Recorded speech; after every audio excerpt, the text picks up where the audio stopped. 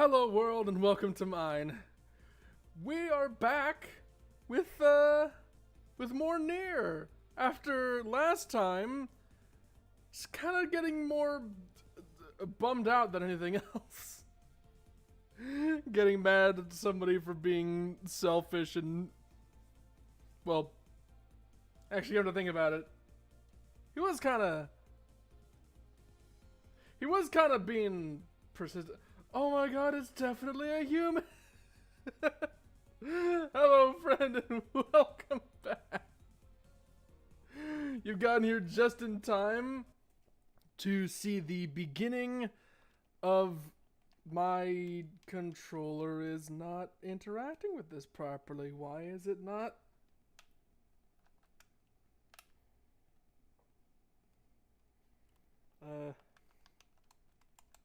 Controller, could you...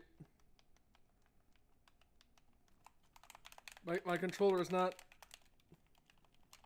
Hold on. This may require some troubleshooting. Hold on just a moment. Let me just... Let me just reinstall this controller real quick. Remove device. Unplug, plug back in. You got it, Windows? No?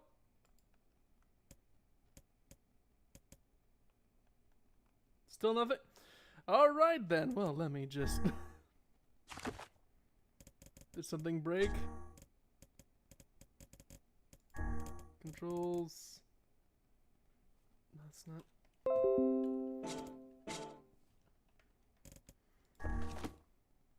Right, well, I guess I'll just restart the entire game then.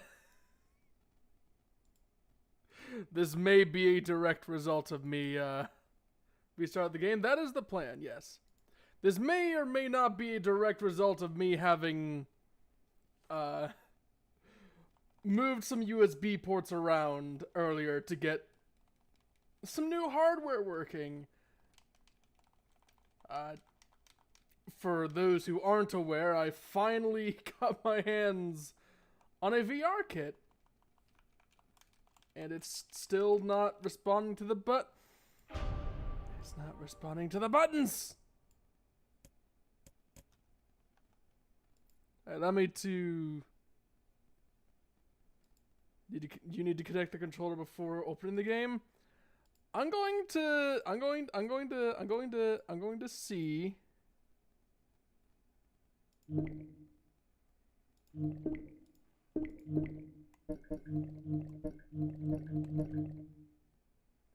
Okay, so Steam definitely detects it.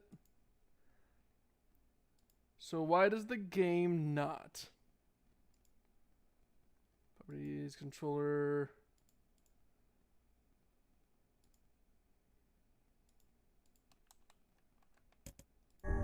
Alright, how about if I disable Steam input?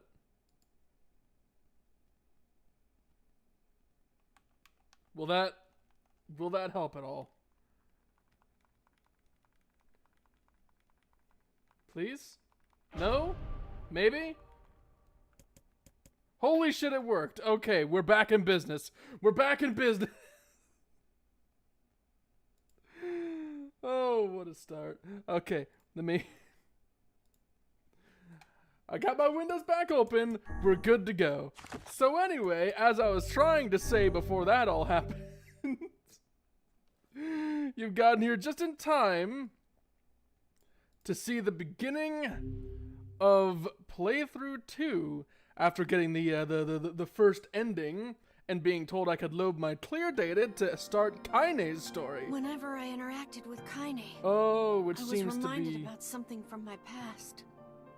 Maybe my mind has been confusing her with my sister this whole time. Oh? This dialogue wasn't here before, was it?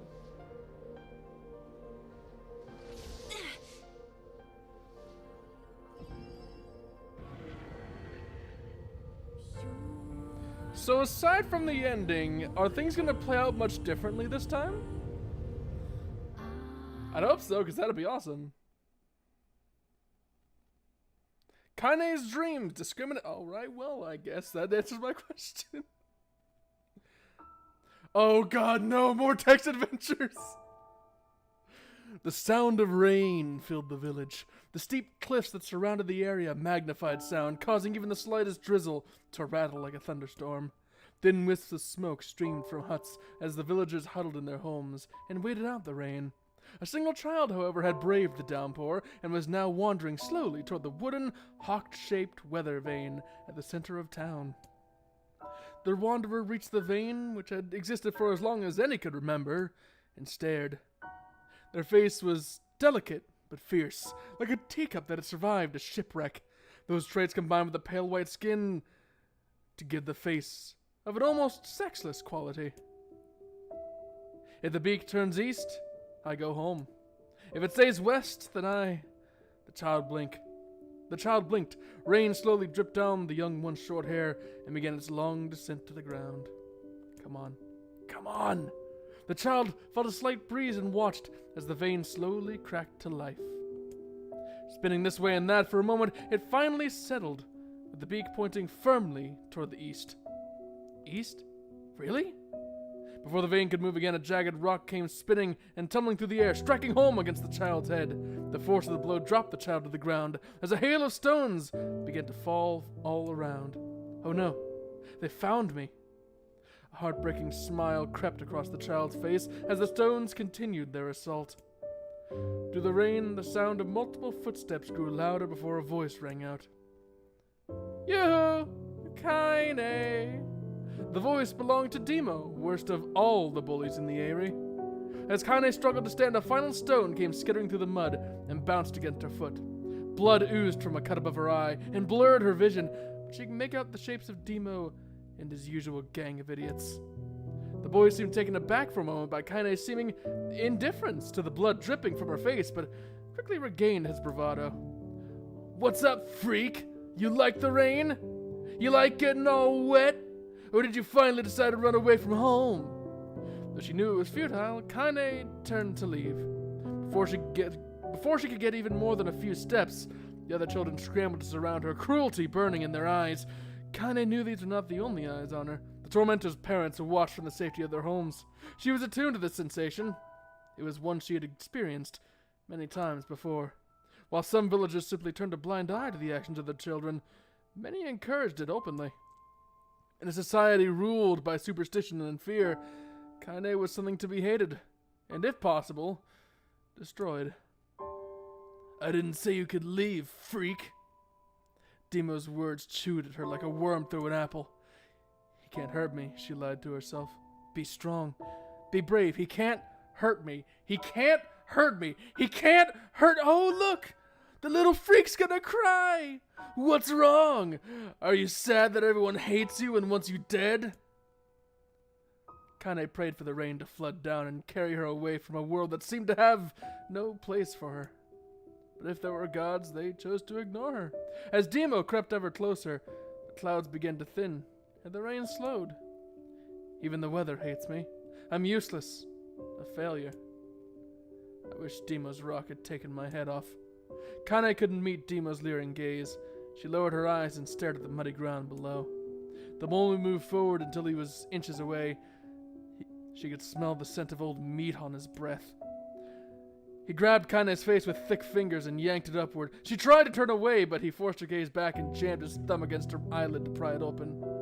Show me. No. Did you just say no? You don't say no to me. No one says no to me. Not even taking his attention from KAINÉ, called to his cohorts, come on, guys. Let's give the freak what she deserves. As soon as Demo finished, kicks and blows began to rain down upon KAINÉ. Demo paused, still grinning, as KAINÉ turned into a ball and tried to make the pain stop. I don't get you, freak.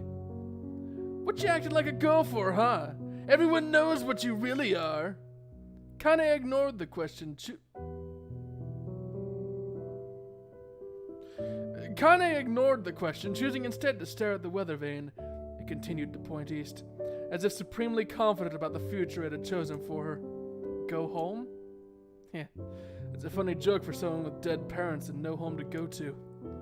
Freak, chanted the children. Freak, freak, freak! Kaine closed her eyes and listened to the rain, waiting for the pain to start again.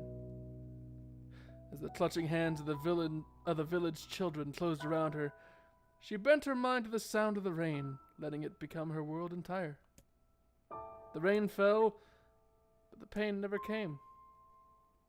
Only when the laughter of her tormentors turned to terrified cries did she dare to open a single blood-caked eye. Kaine was shocked to see Demo sprawled on the ground, holding his head and screaming in pain. She could see blood welling from spaces between his fat, twisted fingers. Oh my god, he's crying. He's actually crying! Deprived of their leader, the other children glanced back and forth between themselves, as if waiting for someone to step forward and take charge. When no savior emerged, they began an uneasy shuffle away from Kaine. But the young girl was the least of their concerns. Instead, their attention was wrapped on the ancient woman standing a few feet away. After struggling for breath for a moment, she finally spoke in a voice thick with rage. "Hurts like a bitch, don't it? Now I suggest you scatter before I throw another one. And if any of you little bastards touch my Kaine again, I'll do far worse than throw a rock. You can count on it." The old woman crouched down and gently touched the hand Demo was using to cover the wound. Before he could think to protest, she ground her palm into the wound and twisted back and forth. "Oh!" he screamed, leaping to his feet. "Stop it! What are you doing?" "Quit whining. Ain't no one ever died from a scratch." "You hit me with a rock, you stupid bitch! A big one! That thing could have killed me!" The old woman shrugged. "Death is the best cure for stupid." Demo's face twisted with rage at her words. Locking his eyes on Kaine, he took a step backward and spat on the ground. "Get out. Leave this village. No one wants you here, either of you!" Seeing the old woman grab another stone, Demo and his companions turned tail and ran. As they fled, the old woman grabbed her side and barked out a single laugh. "Ha! Look at that fat boy go! I guess he's healthy enough to run from a fight." Her smile faded as she turned her attention to Kaine. Kneeling down, she removed her shawl and placed it over the young girl's shoulders, and produced a cloth from the folds of her dress and began blotting the blood on her forehead. "Oh, Kaine, why didn't you fight back? You're stronger than that lot." The words of her grandmother stung, and she turned away. "Don't be so nice to me. I don't deserve it. Nothing matters anymore." Her tears, held in check for so long, finally began to fall on the muddy ground below. "Everyone hates me. They think I cause bad things to happen. They think I'm a freak. I wish I was dead." As Kaine's tears turned to sobs, she felt her grandmother's hands on her shoulders. Despite her advanced age and diminutive size, she was a woman of surprising strength, and Kaine found herself unable to turn away. "Don't talk like that, girl. It's a river wide and deep that flows between the realms of this world and the next, and it grants no mercy to any attempt to cross it. You've got a duty to fight until your last breath. Understand?" The old woman tightened her grip and tried to still the tremor in her voice. "You know the pain of losing someone close to you, Kaine. You know because you survived it." As the words hit home, Kaine was struck by the force of her love for the old woman. As a young child, she didn't even know of her grandmother, but when her parents died, the woman quickly accepted her as her own. Grandma, as Kaine called her, was cunning, vulgar, and quick to violence, and their first few years together had not been easy. But with each year that passed, Kaine and her grandmother had grown closer. However, it was only now, sitting in the mud with tears and blood caking her face, that Kaine truly understood the depths of her affection. Here was a woman who had seen hard times, who had seen death, who had fought through all these things and somehow emerged on the other side. If anyone could understand Kaine's pain and loneliness, it was her. "Do I make you sick, Grandma?" "Of course not. Don't be an ass." Kaine drew her grandmother's moth-eaten shawl around her body and shuddered. "But my body, it's not normal. If I was normal, then maybe Mom and Dad wouldn't—" "Oh, hush. I'll not hear another word of this nonsense. You're my granddaughter, and I love you. And if folks have a problem with that, they can just go to hell. With that, the old woman reached out and placed a wreath of dried flowers in KAINÉ'S hair. The skill it took to bend the flowers without breaking the stems or losing a single petal was remarkable, and the beauty of it made KAINÉ want to cry all over again. These are lunar tears. Grandma, you made this for me? They were legendary flowers. Most people could live their entire lives without ever seeing one, and yet her grandmother had somehow collected a dozen or more. KAINÉ reached up and touched the wreath as if she couldn't believe it was real. Where did you find these? I just stumbled upon them while I was out doing the shopping. The old woman turned away as she spoke, leading KAINÉ to suspect that the search had been more difficult than she was letting on. The pains she took to construct the ornament, let alone track down the flowers used in its construction, it made her heart hurt. She reached up and gently adjusted the wreath, admiring the way it felt against her fingers. Didn't quite turn out right. These old hands have trouble with delicate work, but it looks good on a pretty girl like you. KAINÉ blushed and turned away. You think I'm pretty? Of course you are. What a fool thing to say! Thank you, Grandma. Her grandmother smiled. We're gonna be fine, you and me. Long as we got each other, we'll be just fine. KAINÉ took her grandmother's hand in hers, and the two of them struggled to their feet. As they began the long walk home, KAINÉ gripped the hand with all her might, as if trying to stop smoke from drifting away in the wind. The rain had stopped. KAINÉ stood beneath the weather vane, watching it spin in lazy circles, no longer caring about the direction it faced when it might stop. I don't need to escape. I have a home now. Grandma loves me, and that's enough. Even if it's us against the world. KAINÉ let her gaze drift up past the vane and into the cloudy sky. The last faint hints of a rainbow were slowly fading. As she turned and headed for home, the light scattered into a million particles and vanished, seemingly taken away on the breeze.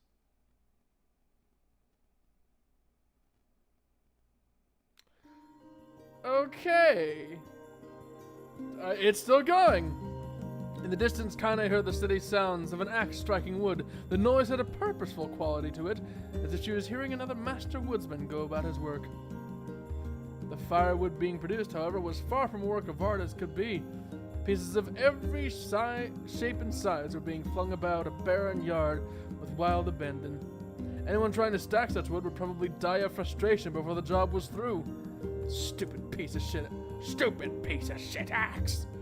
KAINÉ'S grandmother flailed away with the axe, filling the air with both splinters of wood and words that would make the most hardened sailor blush. Grandma? That you, KAINÉ?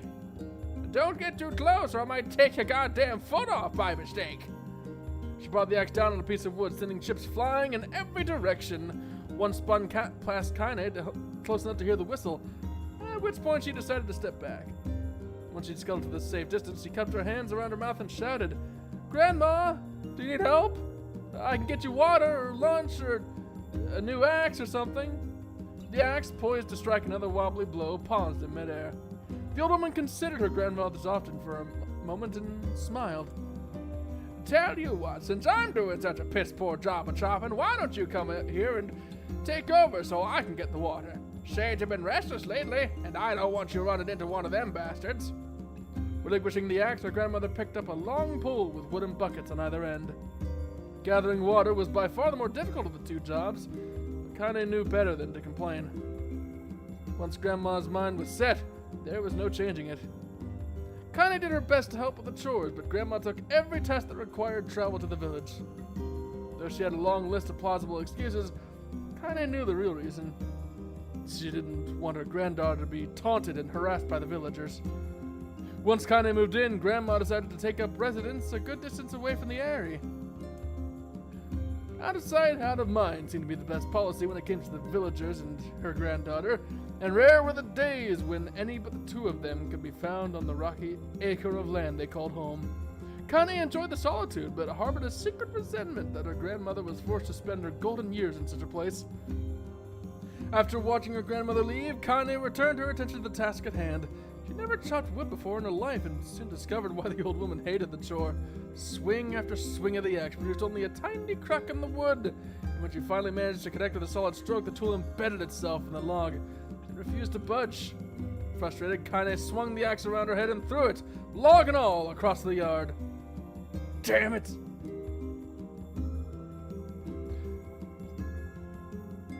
She suddenly understood the joy her grandmother felt in the good cursing. Happier now, she picked up the axe, forced it from the wood, and resumed chopping. She had a natural skill with a blade, but the task was challenging, and blisters soon began to form on her small pink hands. This is tough. My logs are all weird sizes. Spitting on her palms and ignoring the pain, KAINÉ redoubled her efforts. Just as she was developing a rhythm, Grandma returned from the village. Setting down her bucket with a small sigh, she took one look at the logs and coughed out a wheezy laugh. Pretty clumsy, girl. Better practice if you... Eyes wide, KAINÉ dropped the axe and ran to her grandmother's side. Grandma! The old woman shook her head and pointed a trembling finger at the bucket. Get the bucket! Can't let it spill! KAINÉ steadied the bucket with her foot as she knelt by her grandmother. A small bit of water sloshed over the side and made a new home in the hem of her dress, but KAINÉ didn't notice. Grandma, what's happening? Crazed with panic, she grabbed her grandmother by the shoulders and shook. After a moment, the woman lifted her arms and batted KAINÉ away. Stop that! Just stop! It ain't like I'm dying. Just tired from the trip is all. KAINÉ desperately wanted to believe her, but one look at the old woman's shaking hands and worn face told her more than words ever could. Her grandmother had lived a long, hard life, and it seemed the bill was finally coming due. The time when her grandmother watched KAINÉ was ending. Sooner than either of them had feared, their positions would be reversed. The next morning, KAINÉ came to the side of her grandmother's bed and took her wrinkled hand. Grandma, you're sick and you need medicine. I'm going to the village. The old woman shook her head and tried to rise, but KAINÉ gently pushed her down. It's all right. I'll be fine. Her grandmother fixed her with a gaze that could melt steel. After what seemed an eternity, she finally lowered her eyes and sighed. Well, I don't like it. God damn it. But I guess I should quit being so stubborn and let you grow up. The old woman watched as KAINÉ strapped on her boots and made her way down the road to the village. Hours later, as an unseen sun made its way across the dark and rainy sky, she was still watching. KAINÉ moved at a brisk pace, checking her pockets every few minutes to make sure the money her grandmother gave her was still there. Every noise caused her to spin on her heels, making sure she wasn't being stalked by a shade, or worse, Demo and his gang. But she encountered neither tormentors nor shades, and KAINÉ finally found herself at the entrance to the village. The few adults she could see glanced sideways at her and mothered to each other behind raised hands before slinking into the shadows. Her heart racing, KAINÉ took a series of rapid, shallow breaths and tried to calm herself. I have to prove myself. I have to help Grandma. I have to be strong. She chanted these words to herself over and over as she slowly made her way. Finally, her eyes settled on a rotund older woman who was angrily waving her arms in the air and telling anyone who would listen exactly what she thought of KAINÉ'S presence. Hey, lady! Oh, hey, lady, said KAINÉ with a bravado she did not feel. Where's the apothecary? The woman's flabby cheeks shook in bewildered anger. How dare this thing speak to me? They seemed to say, but KAINÉ saw that her eyes held a different emotion. Fear. Yeah, we're both scared, lady. Trust me on that one. Which way? She repeated. The woman pointed at a small building to her right before hitching up her dress and stumbling off in the other direction. KAINÉ cringed, expecting a stone to come flying from the assembled crowd, but none came. Her mind was filled with a strange sense of pride as she made her way to the apothecary, but the new emotion had little time to take root, for as soon as she opened the door, she noticed a familiar customer at the counter. It was Demo. He'd clearly been sent here on some kind of family errand because his gang of followers was nowhere to be found. Oh my god. I mean, what are you doing here, freak? The insult was delivered without What are you doing here, freak? The insult was delivered without force, and KAINÉ happily ignored it. Stretching on tiptoes to see over the counter, she asked the shopkeeper for the medication. Ha! That old bitch finally keel over? Go to hell, Demo.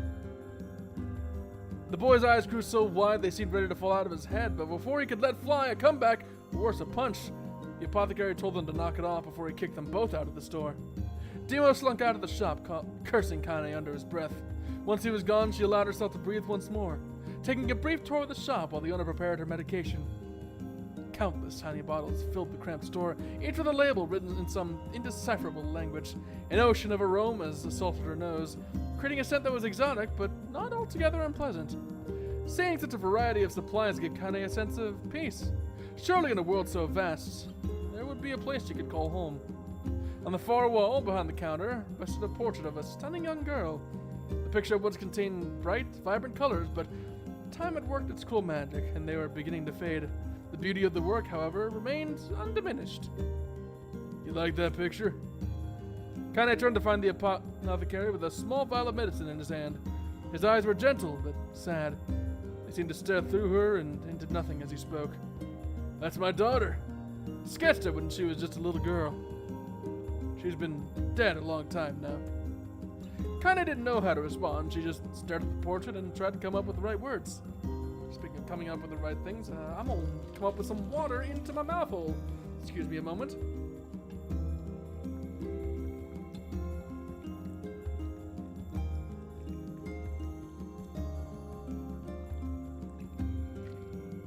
You know, I expected to play the action RPG again, but I've just been reading for 20 minutes. Pictures are wonderful things, continued the shopkeeper. They let the ones closest to you live on forever. He shook his head slightly, then looked down to Kaine and smiled. Handing her the medicine, he reached into his sizable green apron and produced a handful of old wax crayons. You should have these. There's no one left that I want to draw. Kaine took an instinctive step back, causing the shopkeeper's face to darken. Yes, I've heard the rumors about you. It's a small village and word travels fast. Between you and me, I'm not sure which of them to believe, but I don't think they matter much. I know your grandmother, Carly, and I think that she was driven out of this town. And I think the way she was driven out of this town is just deplorable. Her name is Callie. She was still mulling this new fact over in her mind as she reached out gently and took the crayons from the apothecary's hands. Your grandmother's an old friend of mine, he said as Kaine scooted away yet again, and I owe her a lot. I wager she'd like it if you drew a picture of her. Yeah, I think she'd like that very much. Kaine murmured a quiet agreement, but inside her heart was bursting. Never before had a villager treated her with anything but complete contempt. It was a tiny, almost imperceptible step, but it was a step nonetheless. And with enough tiny steps, she might one day discover the rest of the world. When Kaine returned home, she found her grandmother asleep in her bed. Her feet were blackened and raw, even bleeding a bit in places, leading Kaine to think she had been pacing around the room until exhaustion finally caught up with her. She placed the medicine by her grandmother's pillow and turned to leave, but found the old woman's hand clasped around her arm. Back already, are you? Come here and let me have a look at you. Grandma sat up and examined Kaine from head to toe. Finally satisfied that nothing terrible had befallen her grandchild, she leaned back and allowed herself to relax. Well, how was it? Those bastards give you any trouble? It was kind of fun. No, seriously, it was. Fun, eh? Uh-huh. Uh-huh. So anytime you need me to run an errand, just let me know. As she spoke, Kaine removed the crayons from her pocket. After a brief explanation of their source, she informed her grandmother that she was going to sketch a portrait. A portrait of me? Ridiculous. No one wants to stare at a wrinkled old crone. But Grandma, it'll make you live forever. Oh, shit, said her grandmother, throwing back the sheet from her bed. Living forever would just piss me off. Now, put those crayons away and help with dinner. But Kaine would not relent, and in the end, Grandma found herself leaning against the wall of their house, as if posing for a master artist. Kaine took up the crayons, eyed her subject carefully, and set to work. Just as her grandmother was about to nod off, Kaine finished the piece. After staring at it for a bit, she released it from her grip. And let it slowly drift to the floor. It's terrible. It doesn't look like you at all. I'm sorry, Grandma. I thought these crayons would, make drawing easy or something. The old woman's eyes narrowed at her granddaughter's disappointment. Let me be the judge of that, she said, ignoring the pain in her back and reaching for the paper. The sketch could have been a person's face. It could also have been a boulder, a lump of clay, or an incredibly misshapen loaf of bread, all rendered in a chaotic array of colors. The old woman stared at the picture for a long time, then slowly wheezed out a laugh.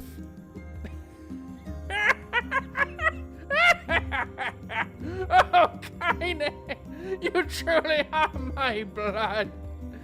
You're as clumsy as me, and I love it. But hush, I won't hear any more bull about how ugly you think it is. It came from the heart, and I'll treasure it always. True to her word, the old woman gave the picture a place of honor above the kitchen table. In the days that followed, Kaine would often catch her staring at the portrait with a strange smile on her face. In action, she interpreted as silent, mocking laughter. A week later, Kaine could stand it no more and asked her grandmother to take the artwork down. Ah, posh! I'll take this down when they roll me in my shroud. She pondered this for a bit, then turned to Kaine and dropped to one knee. Listen to me, girl. Seeing this picture makes me happy in a way I've never felt before. And it makes me want to go on so that someday you can feel the same happiness. It was a moment that burned itself in Kaine's memory, a perfect blend of pride and love and joy that came together to form a lifelong remembrance. She swore to never forget this moment, to never forget the old woman who had made her place in the world possible. Time moves on. People and memories move in and out of a life like ghosts passing through a hall, but this moment will be different, because I will remember it forever. Forever.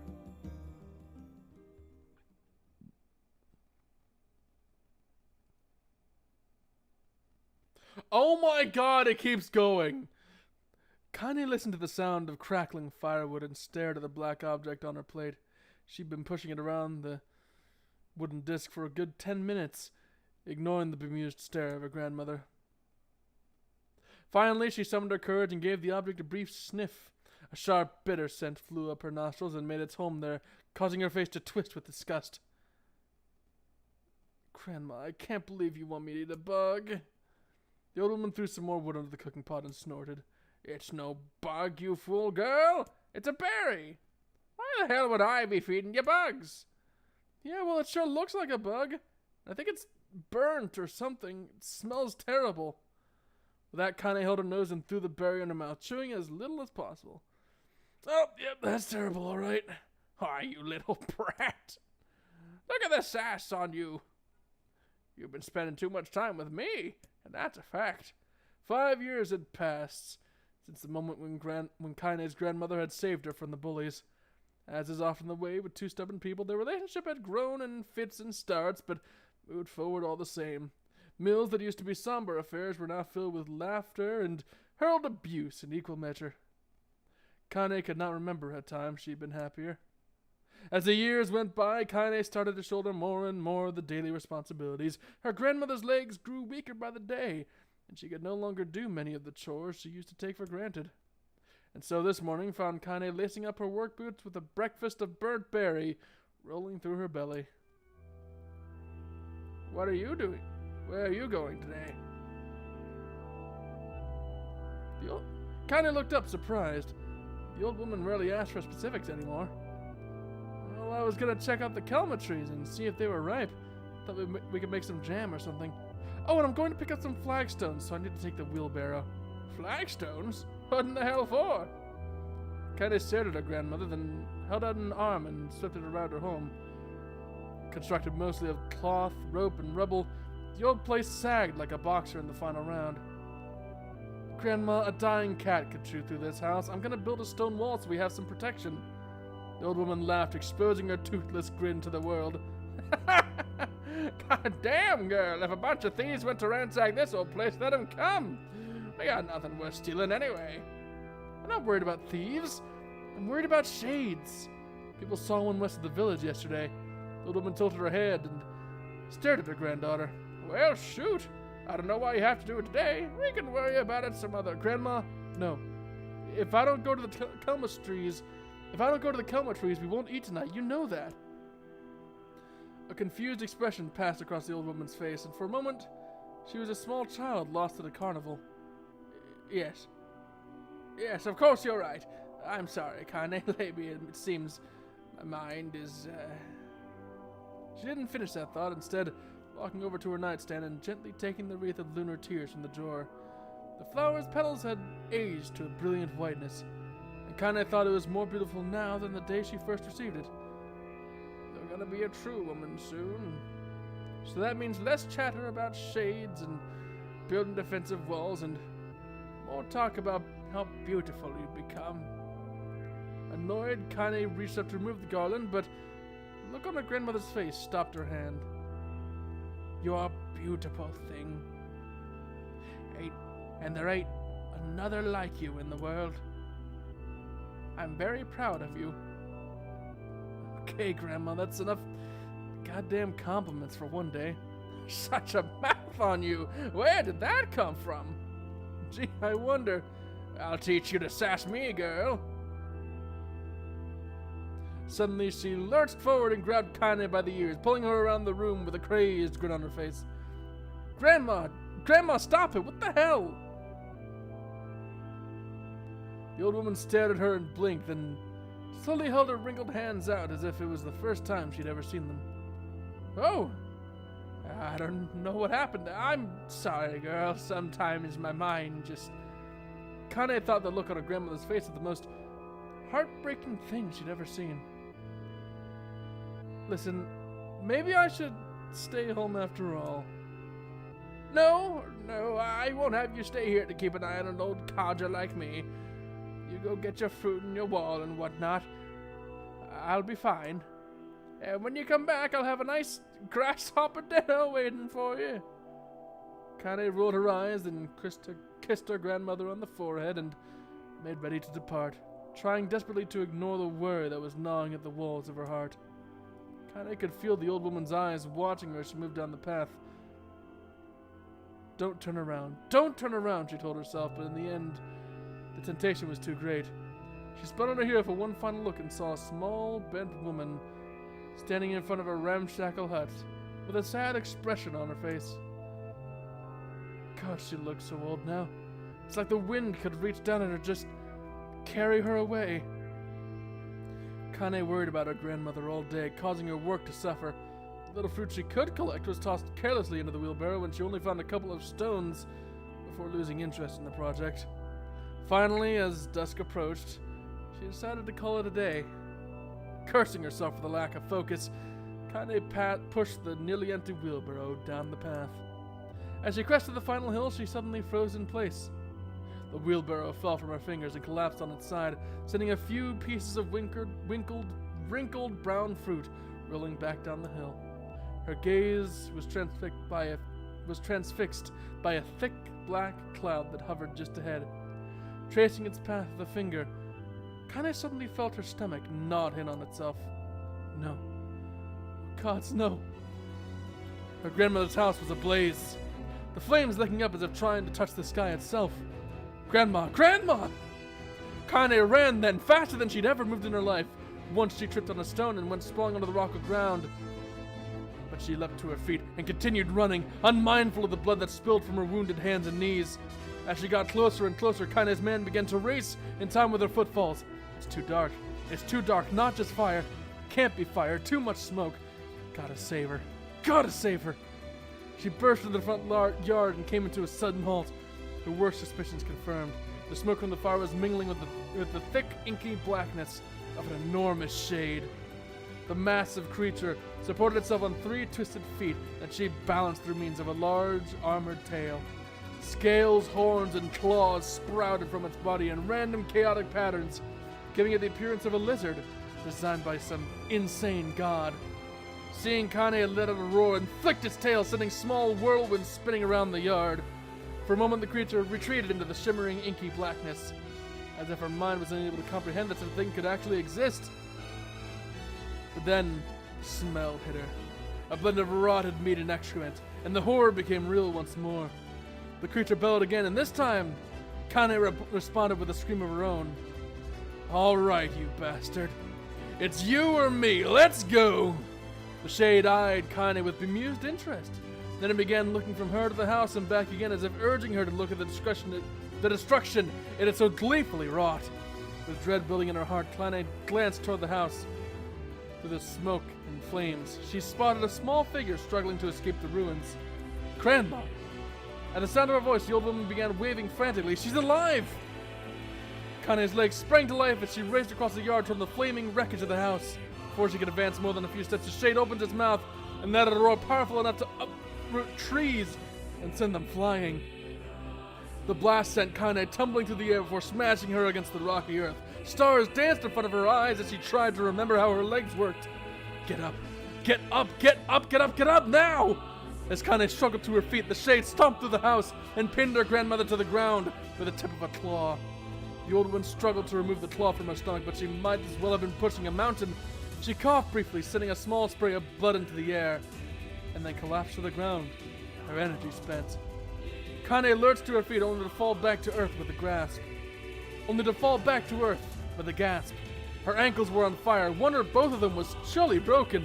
Ignoring the pain that screamed through her body, she began dragging herself across the ground, leaving a drunken trail of dust and blood in her wake. Grandma, hold on. Just a little longer. Her grandmother's face was turning blue, her eyes rolling back until only the whites were exposed. Kaine pulled herself across the ground with maddening slowness, the distance seeming to increase with every second that passed. The shade glanced between the two women and flicked out its tongue, its giant's mouth turning up at the corners. Short, panting breaths spelt from somewhere inside of its core. Bastard. Laughing at us. She had no idea how such a mindless creature could experience emotion. There could be no mistake the shade was taking joy in the suffering. Yeah, I see your plan. Shade moved its claw slightly, allowing Grandma to breathe again. It was clearly keeping her alive, only to snuff out her life when Kaine was close enough to touch her. I'm gonna kill this bastard. Summoning all her strength, Kaine rose to her feet. There was a sickening snap from her right ankle and the foot twisted backward. But she forced it from her mind and began to hobble toward the monster. Pulling a small knife from the pouch at her waist, she leapt on the foot that pinned her grandmother and plunged the weapon deep. Give her back! Give her back to me! It was like stabbing a rock. After a few swipes, the knife broke at the hilt with a dull snap. The shade panted laughter again, then raised its tail and sent it rushing through the air toward the young girl that was latched to its foot. Kaine never had a chance. The tail struck her square in the chest and sent her crashing onto the burning wreckage of the home. As she lay on the ground with blood pouring from multiple wounds, a small, weak voice spoke up. Kaine? Kaine's vision blurred, but she forced herself to focus on the sound. Finally, her eyes cleared enough for her to make out her grandmother's hands, reaching out to her through the smoke. Grandma? Kaine, you gotta run. You can't bash this one. Kaine grabbed the hands and held on with all her strength. Grandma, come on. You've gotta go. The old woman coughed loudly. One of her hands, slick with blood, slipped from Kaine's grasp and thumped to the ground below. Grandma, no. I said run, goddammit. You have to live. You have to get through. The thought would stay forever unfinished. Before she could say another word, the shade's clawed foot descended, smashing through the remains of the roof and down upon the shattered figure of the old woman. Blood oozed from the gaps in the creature's toes as the terrible putrid smell assaulted Kaine's nose once again.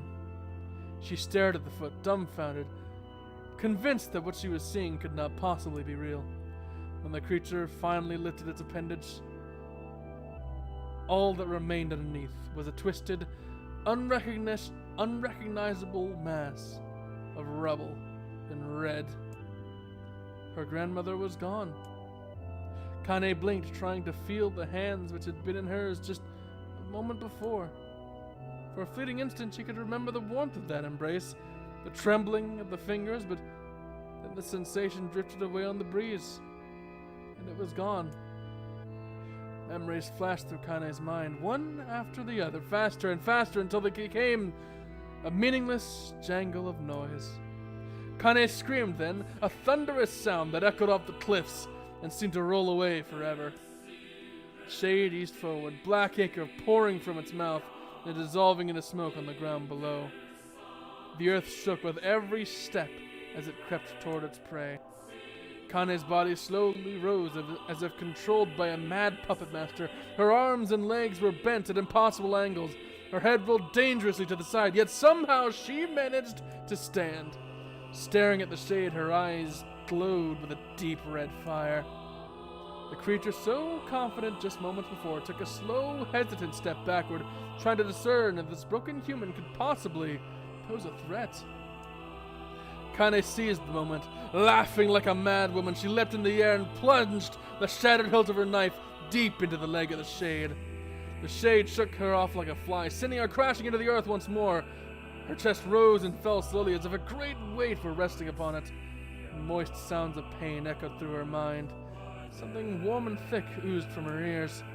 Is that blood? I think it is. I think I'm bleeding to death. No. Can't die.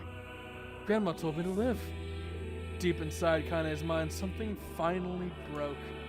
The sound, the pain, the smoke and flames, all of it faded away until all that remained was a single incantation repeated over and over again. Kill it. Kill it. Kill it. Kill it, kill it, kill it. Kill it, kill it, kill it, kill it, kill it, kill it. Kill it now. As a spark that was Kaine slowly began to flicker and die, she felt her desire to kill and her desire to live blend into one. The distance between heartbeats grew longer and longer and longer.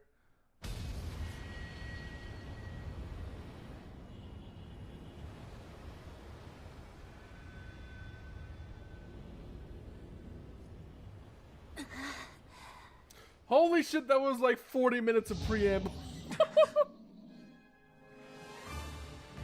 The beast approaches. Oh, I know. Alright, do I get to play the game now?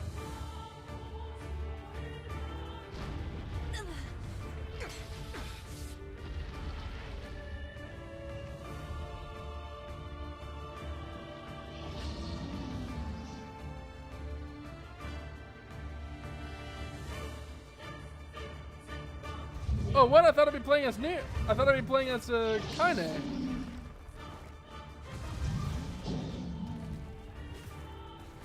What anger this creature must have. How did it even survive these past 5 years? I'm not gonna let this happen again. It dies today. So I don't have my old... Sword Okay, so I do have my, feels lighter. It's not the blade, but the skill of the user. Strike it down. So I do have my old weaponry. So I thought this would be KAINÉ'S story, but I'm still playing as NieR?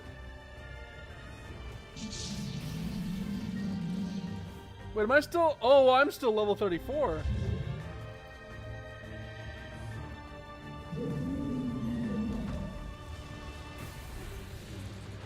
Oh wow, this game is gonna be...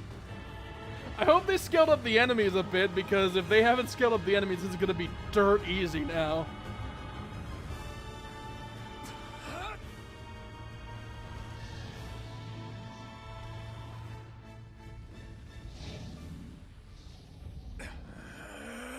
And crush it. There we go.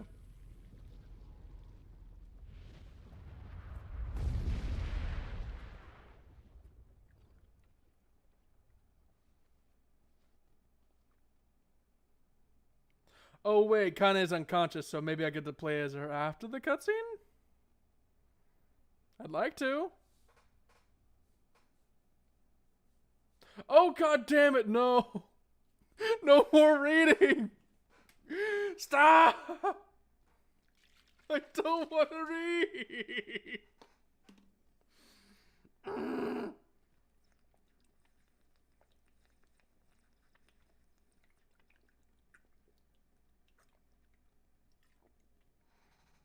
I've already drank most of my water because there's just so much damn reading to be done. Gently, weakly, softly, the shade, sure that its tormentor was dead, turned and stomped off to the horizon, stopping along the way to bellow one final roar. Couldn't kill it. Shamed beyond imagining, Kaine tried to turn her head to the side, but only succeeded in coughing up a huge gout of blood. It was getting difficult to see, and only after a moment of fierce concentration did she realize that her left eye was gone. Laughing to herself, she turned her remaining eye to the ruins of her home and noticed a ragged stump of an arm resting a few feet away. Yep, that's mine, she thought with a mad giggle. It's gonna make clapping a real bitch. Ha! Cried a sudden voice from the depths of her mind. Finally gonna die, are you? Well, you had it coming. Go to hell, Demo, she thought of the unseen assailant. Go to hell before I pluck out your eyes and feed them to a dog. The voice of her childhood terror evaporated into smoke, only to be replaced by another, more recent voice. Hold still, said the apothecary, materializing from the ruins like a ghost. I want to draw you. That way you can live forever. No, stop. I don't want to live forever. I want to die right here. I see. Well, if that's what you want. The spectral shopkeeper fluttered in and out of existence for a moment, then produced a piece of paper and sketched quickly. After a few seconds, he turned the page to Kaine and smiled. Since you rejected my offer, I decided to draw someone else. It was a picture of her grandmother, real as life. Kaine opened her mouth to thank the man, but stopped as the picture began to blacken in the middle. Before she could say anything, dozens of multi-legged insects began to swarm across the image, tearing at it with sharpened pincers. Stop. No, don't hurt that picture! Kaine reached out with her remaining arm and waved futilely at the air. To her surprise, the insects fell off the picture into the ground below, where they vanished into tiny black tendrils of smoke. Relieved, Kaine turned her good eye back to the picture, only to open her mouth in a silent scream. The sketch now showed her grandmother as she truly was, a smashed, unrecognizable lump of nothing. The apothecary smiled and broke into a jolly dance. See that? He cried as he danced his jigs. It's perfect now. She looks just like you. Ta-ta-ta. I look like that? Oh God, I am gonna die. I'm gonna die. Drowning in despair, Kaine laid her head back in the mud and smoke of a ruined house and waited for the end to come. But just before she let everything go, an unfamiliar voice began whispering in her ear. Ain't you got a wish, sunshine? The voice was vulgar and fierce at the same time, as if insanity had somehow found a way to take form. Kaine wanted to scream as the voice crawled under her skin, but her lungs refused to work. You know, a wish? Like a prayer or something? Why don't you get on your knees and start praying to heaven? Please, invisible man in the sky, save me! Save me! Kaine finally resorted to shouting at the voice of the mind. I don't make wishes. They don't come true for me. I'm a curse, a freak. I should be left to die. The other voice boomed in her ears. Oh God, you are the best! Kaine glanced down and saw a black, shiny substance oozing from her legs. She tried to brush it away, but her remaining arm would no longer respond. The substance slowly crept around her feet and then began moving up to the rest of her body. Is this death? Is this what it's like? Is my mind just losing itself? She could feel the slime oozing upward, feel the hot, searing pain it left in its wake. Whatever else might be happening, she was still alive, and this was real. Come in. Come on. Let it go. Kaine tried to ignore the voice and concentrate on the pain, but the newcomer would have none of it. Don't ignore me, sunshine. You're ready to give up. Ready to die. So why not let me have it? Have what? The body! Come on. Give it to me. Give it to me. I want to stand on the ground, feel the rain, taste the wind. The voice paused as if licking its lips. When it resumed, it was filled with mad, unabated joy. And I want to take your hands and use them to choke the life out of people. And I want to tear out their throats and bathe in the blood just like before. In response, Kaine shifted her head and vomited. The warmth of it crept down her front and mingled with the pain of the encroaching black ooze. Are you a shade? Maybe. What of it? The slime reached her face, crept up past her nose, and slowly oozed into the socket of her missing eye. The moment it touched her brain, Kaine was struck by the most powerful sensation she'd ever felt in her life. It was ecstasy. She wanted to scream with delight, but all she could manage was a small, whispered moan. Feels good, don't it? What can I say? I know how to please the ladies. Now give me that body. Come on. Give me the body, and I'll give you more of this feeling. It's a fair trade. A black lump began to protrude from Kaine's side. As she watched, it grew longer and thicker, eventually taking the form of her missing arm. I can see better. My eye must be growing back too. The slime reached up to envelop the rest of her face, but she managed to brush it away. Stop, she whispered, marveling at how she'd regained her voice. Stop! The black ooze hesitated as if considering, and quickly shimmered down her body before disappearing in a cloud of smoke. Oh, what the hell, sunshine? We had a deal! I thought you wanted to die. Grandma said, I can't die yet. A brief image of her grandmother, blooded and broken, flashed before her eyes. She saw the shade that had killed her and heard its mocking laughter, and closed her eyes and forced the image from her mind. Her full body was quaking with rage. When she opened her eyes again, they burned a bright red. That thing took my grandmother. I had to kill it before I die. Kaine glanced down and saw a mysterious pattern, the pattern of the shades, burn itself into her left arm. Well, I'll be damned. Look at that, sunshine. I think you and me are gonna be good friends now. Kaine stared intently at her arm. The more emotional she felt, the more the letter seemed ready to puncture her skin and begin infecting the rest of her body. That arm clearly had a will of its own now. Stop. Gotta stop. Holding her left arm in her right, Kaine took a deep breath and tried to stop herself. Come on, don't fight it. Hate's my favorite dish and I'm hungry. Let it go. Feel the anger. Burn with the fire of revenge. Thirst for blood. Then go out there and shut up. Shut up and get the hell out of my body. Your body? Oh, that's rich, sunshine. Real rich. Look, why don't you just up and die so I can have this body all to myself? What do you say? I bet those buddies of yours in the areas would love to see you dead. Kaine grabbed a nearby shattered glass and tried to saw off the shade-infected portion of her side. Before she could, the darkened left arm grabbed her right wrist, crushing it. Kaine screamed and dropped the shard as a sound of bone crushing on bone filled the air. Ha ha ha! Stupid idiot girl! You're possessed now, sunshine, and there ain't no going back. The voice laughed again, a loud, long wail that seemed to go on without end. Possessed? Yeah, possessed.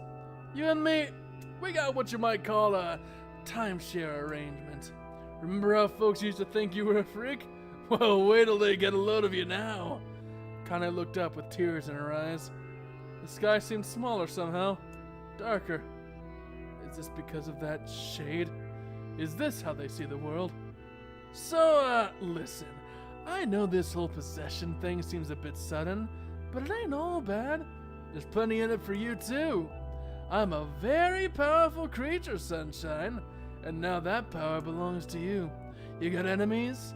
People you want to kill? I could make it happen. That fat little kid who kept picking on you? That big old shade that squashed your granny? We'll wrap them up in their own assholes. No more abuse for you, sunshine. No more pain. Wait, you're a shade. Why would you help me kill another shade? What, you think I'm some kind of racist? Some killing snob? I don't give a good goddamn who you murder, honey pants. I just want to drink from the well. Kaine considered this as she struggled to her feet, the power of the shade coursing through her.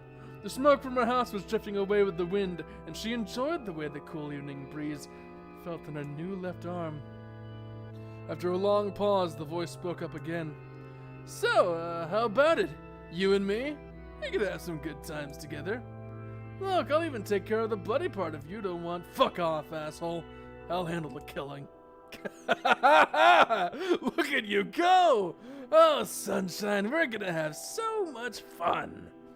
So listen, my name's Tyran, and if you ever need me, I'll just be hanging out in this piece of meat you call a heart. Now get to it.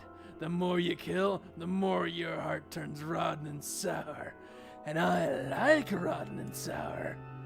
Kaine found herself nodding to the voice. Yeah, I think this can work. I'm gonna find that shade, and I'm gonna strangle it with its own guts. And when I'm done, I'm gonna do the same thing to you, Tyran. Count on it. I've shit bigger than you, so good luck with that. Oh, and hey, one more thing. Right now, you and me are sharing this body, but you ever run out of hate, if you ever, go soft, I'm gonna take over everything. So keep on killing, sunshine, and watch your back. The voice grew fainter and gradually died away, fading to somewhere deep inside Kaine herself. Kaine waited until she was sure the voice was gone, and then she waved her new left arm a few times. It feels perfectly normal, she thought. It feels like mine. Desperately, she began poking and prodding at the new limb, determined to find something wrong with it. She didn't want it to feel normal. That would mean the creature inside her was already one. I'm not a shade. I'm Kaine. Repeating this mantra into her mind, she slowly began digging through the rubble of her house, being careful to ignore a certain red-stained spot in the corner. Finally, after what seemed like an eternity of heartbreaking work, she found what she was looking for. It was the wreath of lunar tears. Though it had been through hell and back, the garland's petals were as bright as ever. Kaine started to place it in her hair, then slowly lowered the wreath and stared at it. I'm sorry, Grandma. I'm so sorry. I don't deserve to wear this anymore. I'm possessed, corrupted, a freak. And this time I don't think there's any going back. And this time I don't think there's any going back. Holding the flowers to her heart, Kaine fell to the ground and sobbed. As night gradually lightened to dawn, and the people of the area rose to their daily lives, she remained in that position, as if tears could somehow wash away the horror that now infected her world. Alive. Stay alive. Stay alive. Grandma. Kaine, you gotta live. You gotta come back to us. So that's how she got infected with the shade.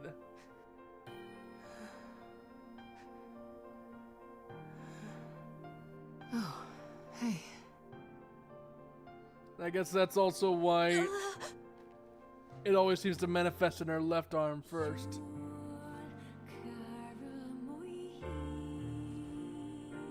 Also, apparently the shade's name is Tyran. Or Tyran. Emil, you were the one calling me, weren't you? Indeed. You still recognize me? Of course. I knew you right away. Thank you, Kaine. Welcome back, Kaine. Wow, you grew up. So, how long has it been? 5 years. Well, that explains why you're so much taller now.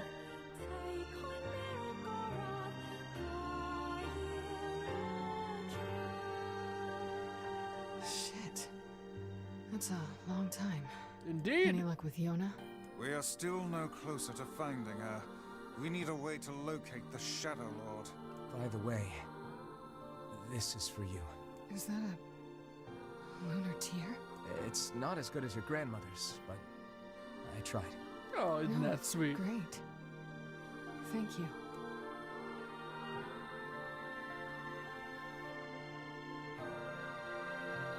Well, Kaine waking from her long petrified sleep.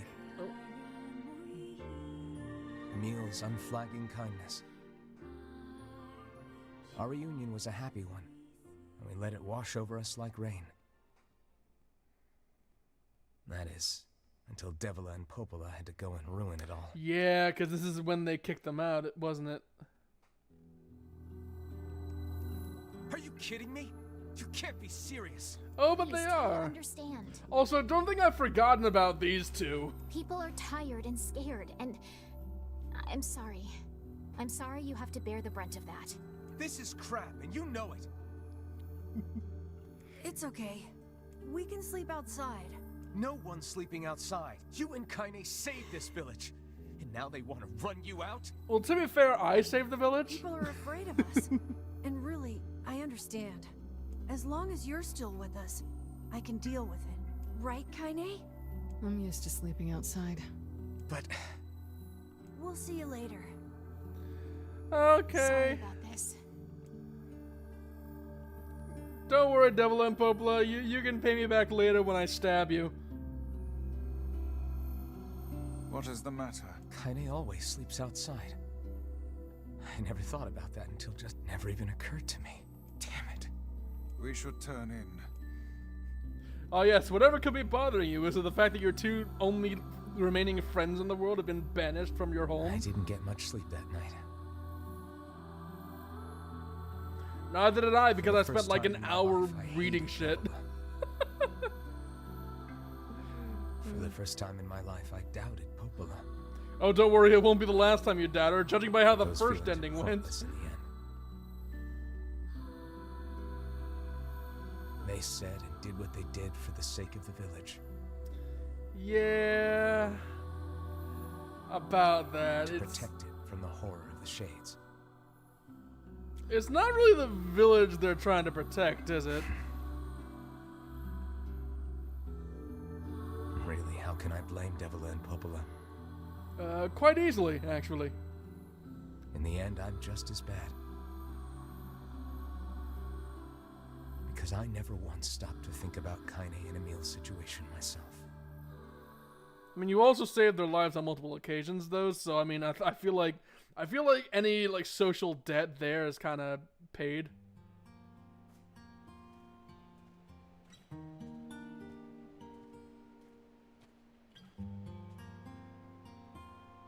I should apologize to Kaine and Emil. Was this cutscene here But- before? What good would that even do? I got a fire going, Kaine. Wait, is that? Campfires? Yeah, I don't remember them. I'm so happy to get to talk to you again, This Kaine. cutscene was not here before. Yeah, me too. I tried everything I could think of to save you, you know. I polished you with this special cloth. I poured warm water over you. I don't think warm water is the optimal solution to petrification of Emil. Wait, you poured water on me? It was really warm water. Yeah, but it didn't really do much except make you all shiny. Well, that explains why my skin is so immaculate. You know, 5 years without a bath, you'd think I'd look a bit rougher. Hey, Emil. Thanks for saving me. I guess you noticed how I look different now. Actually, no. My eyes are still rocks at the moment. It's honestly kind of a miracle I haven't tripped over anything yet. I'm sorry, Emil. I'm sorry for all of it. Well, I mean, this new form isn't all bad, you know? I'm just a disgrace to the concept of humanity, is all. I'm just an eldritch horror. I'm just a walking magical time bomb who will later demolish the entirety of the Aerie just by accident. At least I can look at you when we talk, right? Hey, so why don't you tell me something about yourself? Oh, well, this will be a story I'm sure you will love to hear, Emil. You see, there's this one time I was chilling out with my grandma, and then she was turned to mulch before my eyes by a giant shadow demon. and then a weirdly perverse sounding second shadow demon replaced my arm with a really itchy version. And oh yeah, I think I also lost my eye too, but don't worry about that, I got it fixed. And yeah, now I'm at constant risk of being possessed by a demon of hatred that doesn't even set things on fire like the Sekiro demon of hatred, so it's not even as cool as that. I don't even get a flaming whip arm. I'm not very interesting. Sorry. With that camera angle, I disagree. I find you very interesting. Come on. I just want to know you better. Fine. This all happened when I was a kid. Before the whole shade possession thing. My body is different. And when the villagers found out about it, they started treating me like a freak. But one person, my grandmother, accepted me just as I was, no matter how bad things got. She gave me the strength to keep going. She's really special to you, huh? Yeah. Oh, hey! That gives me an idea. Oh? Since we cured your petrification, we should start looking for a way to cure your possession in my body. I know we can do it if we all work together. You know, while you're all about curing bodies, how about you cure my body too? By God, I could do with some better cardiac health. God knows health insurance is expensive. Heck, it'll probably be super easy. Let me guess. More warm water? I mean, it's a start. Okay, can we just forget I told you about that? No. We'll make it a running gag for the entire second campaign. You will never live it down, Emil.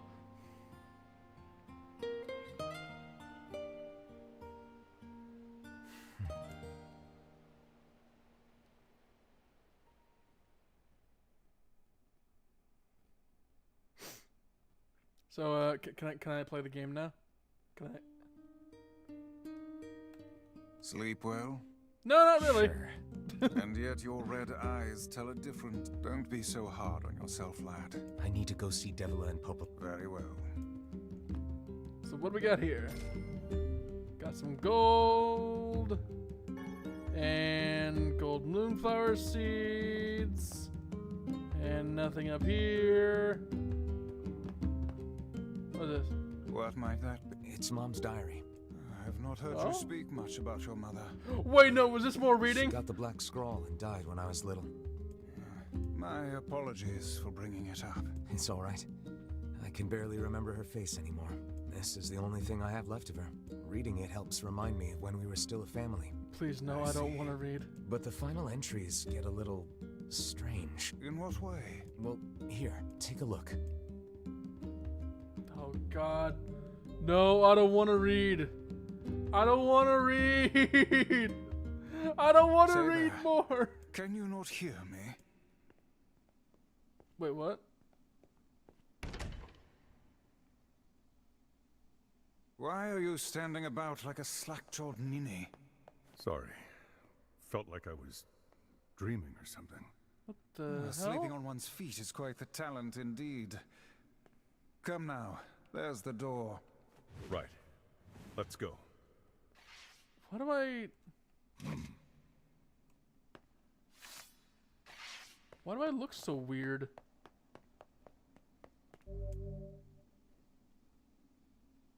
Proceed beyond this point, you will be unable to save until the battle is over. Do you want to go through the door? What? I mean, sure, but what is happening?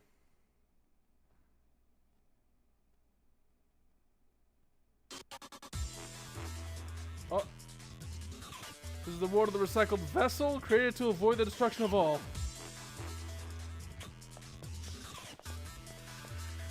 Oh, bats! I mean, the music is dope, but where am I? Okay, no map.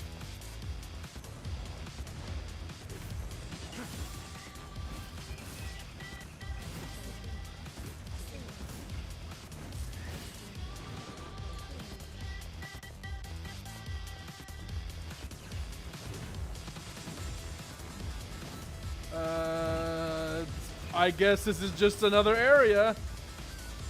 just unceremoniously drop where I play as somebody else, but still has the same moveset and name?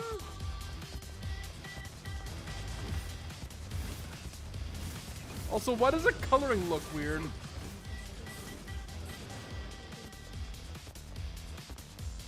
Am I even supposed to be here?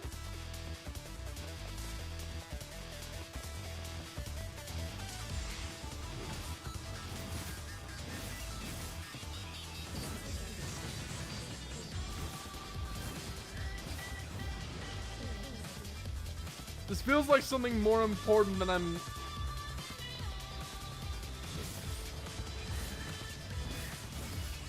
This feels like very non sequitus.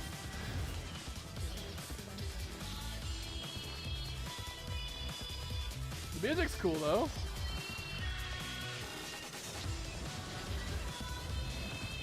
Is this Emil's theme?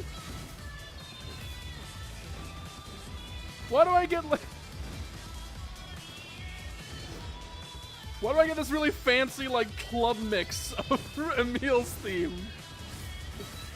Also, now I'm remembering that the last time I heard this song, Emil was kind of dying, and now I'm sad. Also, I'm taking damage. That's not right. I'm supposed to be overpowered. Well, shit, bring it on then. Finally, somebody that deals damage. Woo!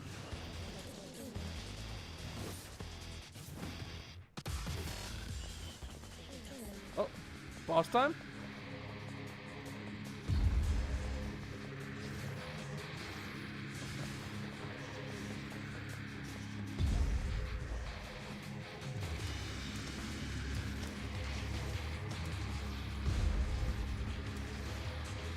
Let's go, Big Hammer Shade.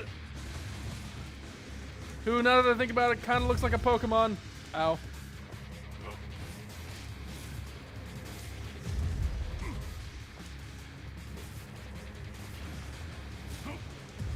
Ah!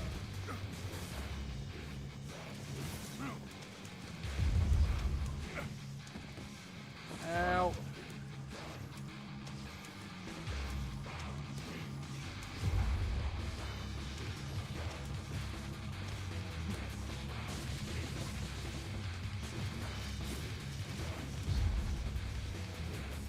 This music is very different from the entire rest of the soundtrack, and I'm not complaining.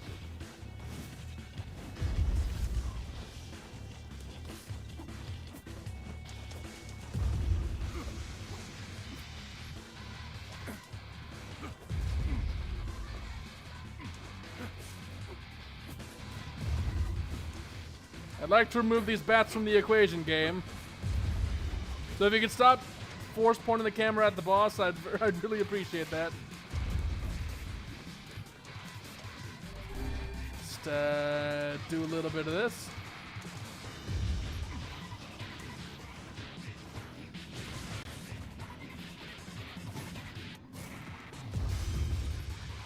Oh, that breaks my guard, so I guess I can't parry you. Which is a shame, because that would have been a great attack to parry.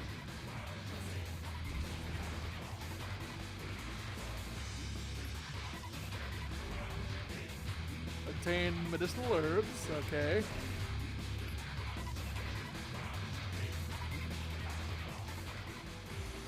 Black Scroll, a lost destiny, a white book, a false truth. Oh! Well, this just straight up hurts my eyes.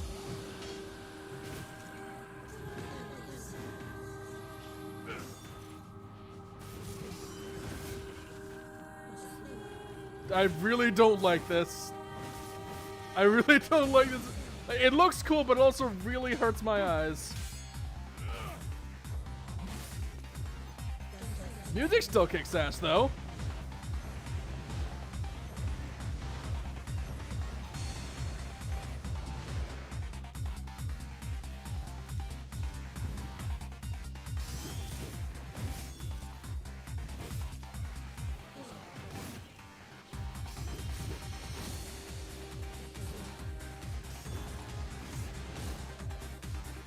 Oh, is this Song of the Ancients?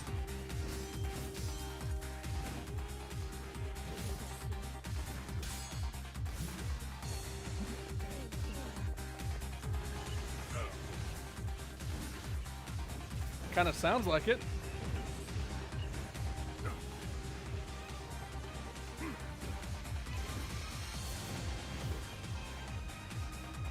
Oh, definitely. I recognize that violin. Or those strings I get. It's more than one it's more than one instrument. I am in pain.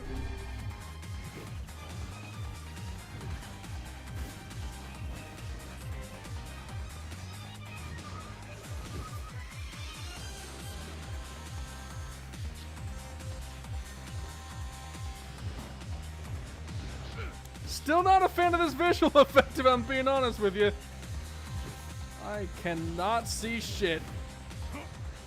My eyesight's bad enough already without it. Hit it! Oh, I missed.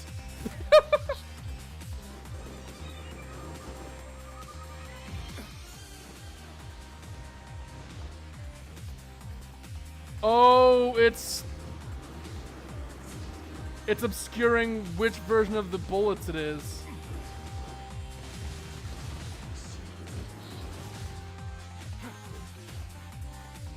Because those are melee bullets, but they look the same. That's clever, but also please stop.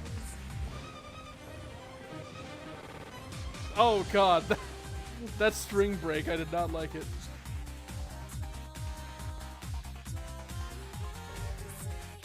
Alright, got some medicinal herbs back.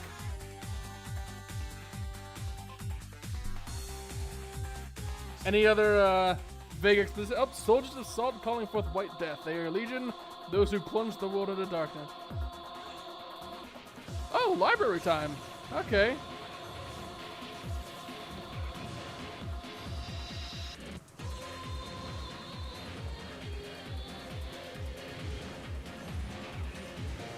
These guys are pretty weak.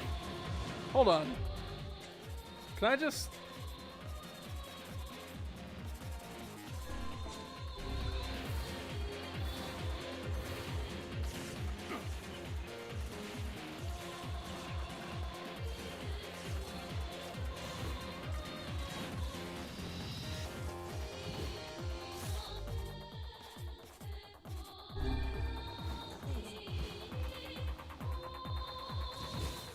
The moment I consider the Dark Whirlwind, they start putting up shields.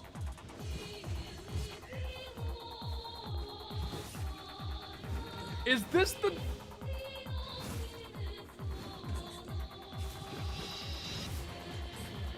Is this the fucking... Is it the Shadow Lord theme?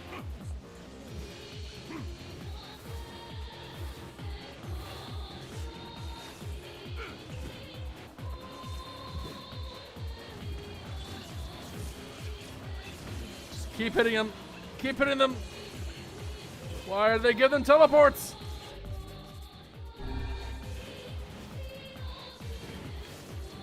Also, fuck it. I'm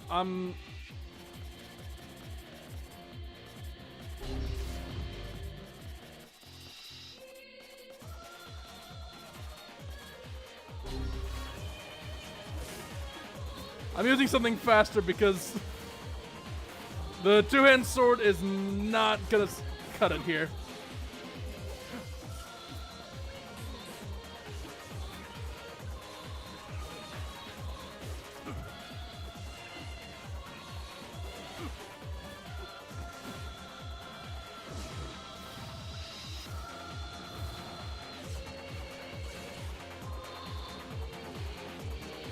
Did I do it?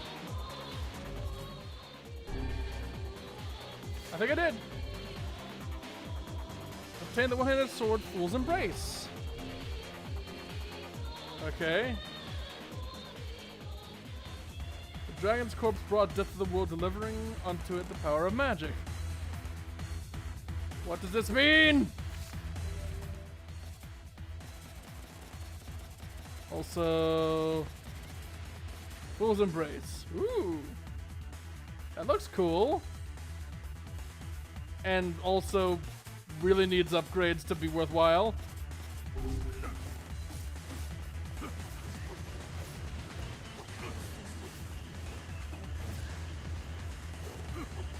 Get him! Get him, NieR! Get him! So this is supposed to be like an even older NieR? Like a way older NieR? Because he looked a lot less smooth.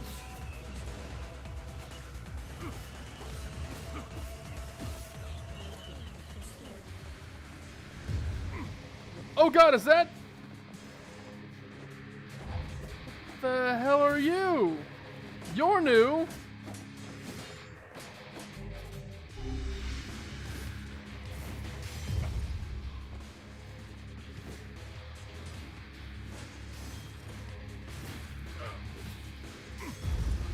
I should stop trying to block that.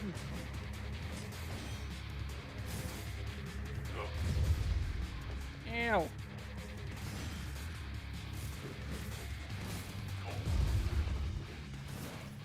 Wait, what am I doing? I have medicinal herbs.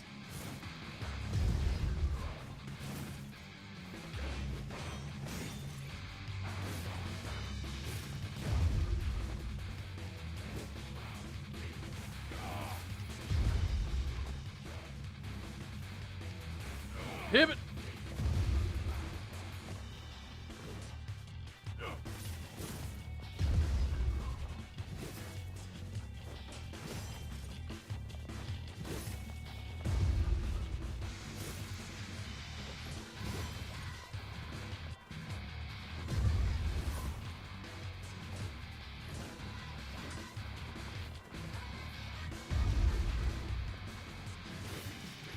You know, as tanky as this guy is, and as difficult it is to avoid his attacks without leaving myself open, he's still a lot easier than that, like, first giant shade that showed up near the beginning of the game that I grinded on to get the the machine items.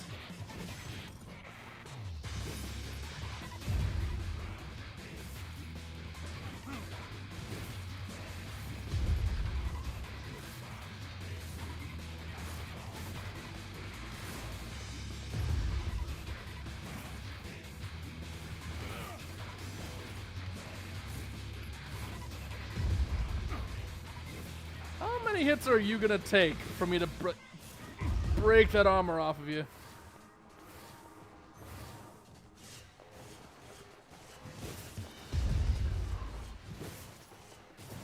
This should help.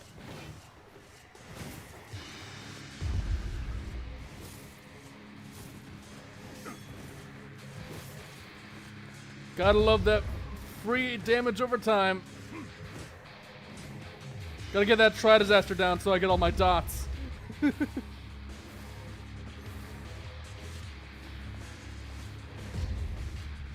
I guess it'd be more quad disaster because it's 4.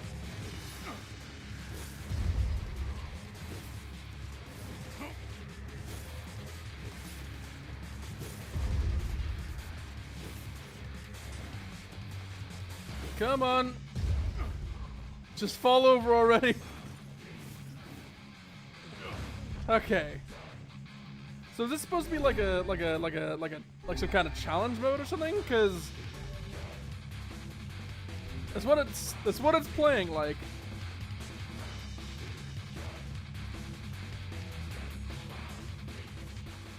The black sickness stains the future. They journey to return to soulless vessels. Oh god, what the fuck is this?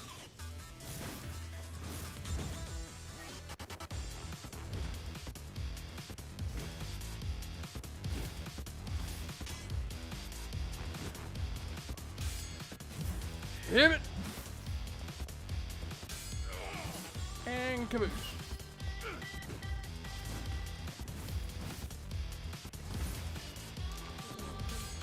And parried. What's this? Oh, medicinal herb. Nice.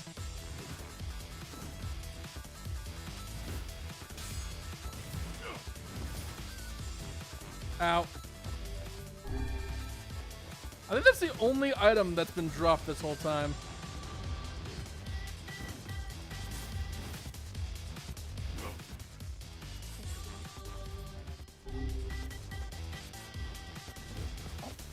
Oh. I thought that was a breakable crate. I didn't realize. I didn't realize it was a platform. No! Damn it, NieR. Alright.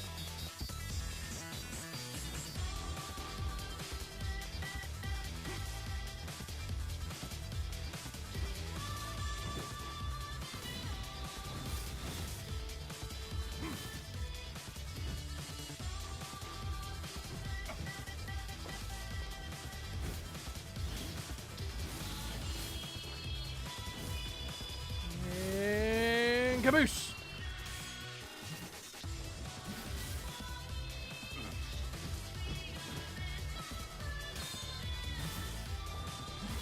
There are a lot of them. Thankfully, I got some pretty major AoE damage here.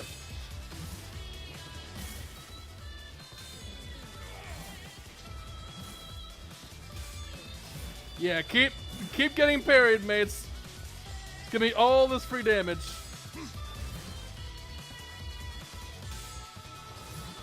And caboose.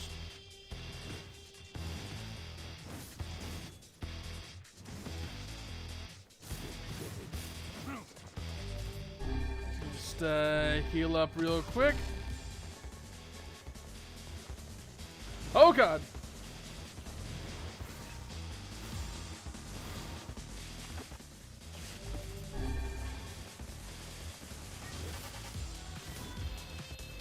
And caboose. Goodbye. Or you can still be alive because you got a ridiculous amount of health. I expected a sorcerer type would be a bit more flimsy, but shows what I know about min-maxing.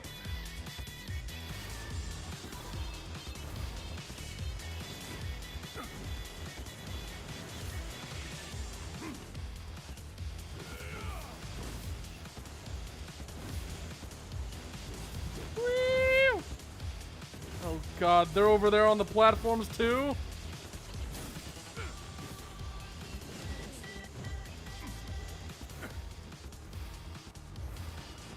Hit it!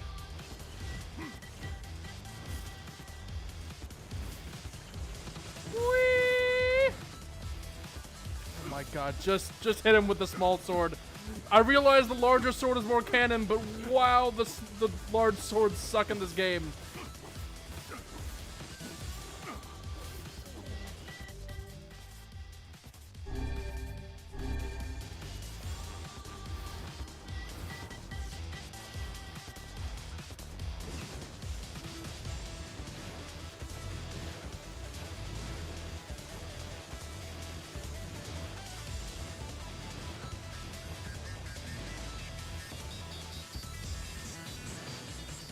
This ain't working. Damn it!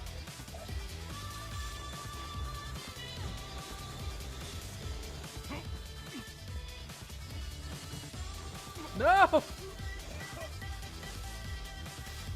Wait, hold on. What the fuck am I doing? Just Dark Lance it.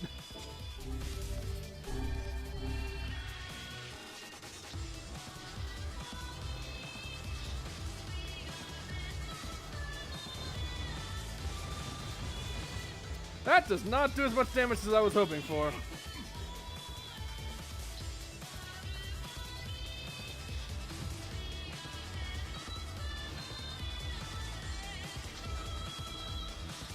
Kaboosh! This is gonna be my whole day, isn't it?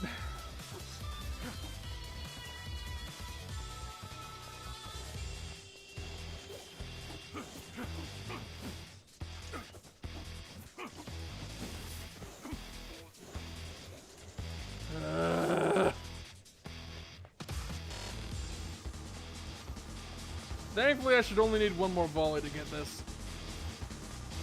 Hit it! There we go.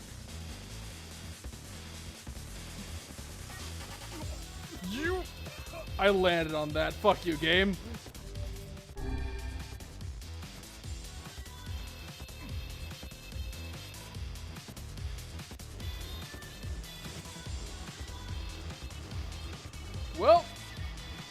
At least I can stay somewhere safe this time.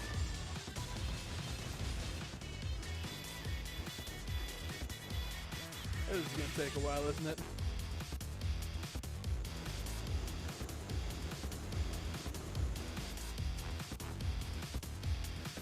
Right, so while I'm waiting on my MP to recharge, I'm gonna get some more water in me.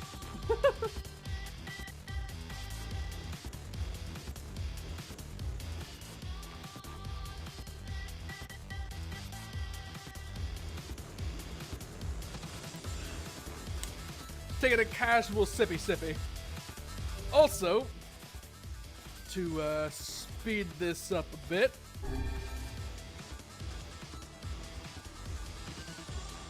let me just double my magic damage and hopefully... Oh yeah. Oh, that's much better.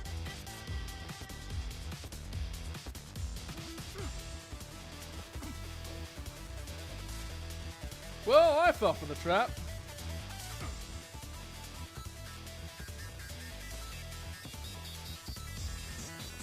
Oh god.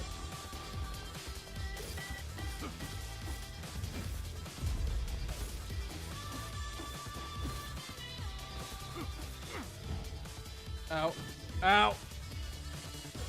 It's been a while since I fought one of these.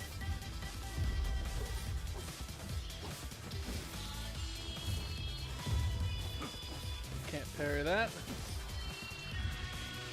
I said I can't parry that.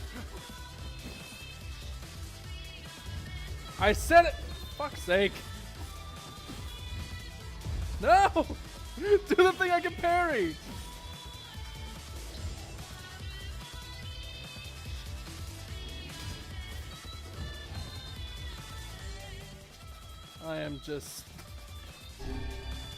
I'm making an embarrassment of myself. There we go. There we go. There we go. Oh! I dodged too early, it seems.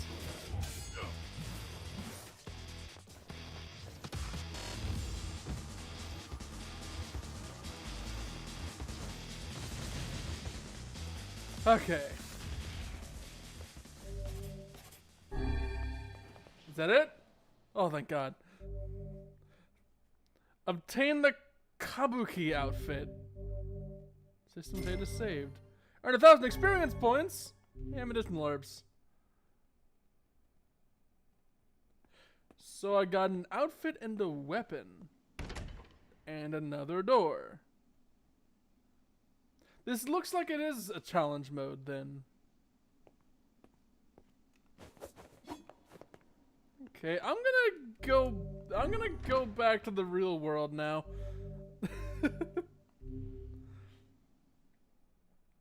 I'd like to save my game, please.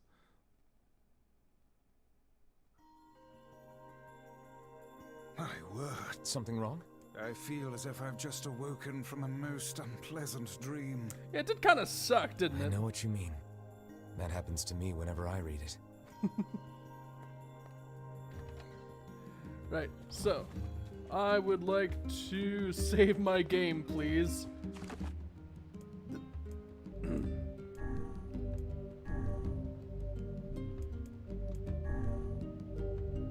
Okay. Also, I'm going to step into the main menu for a moment, because I would like to see what this Kabuki outfit is for. Because there are some outfits I can swap between in the options menu and the main menu, in the wardrobe section. Yeah, a lot of them are,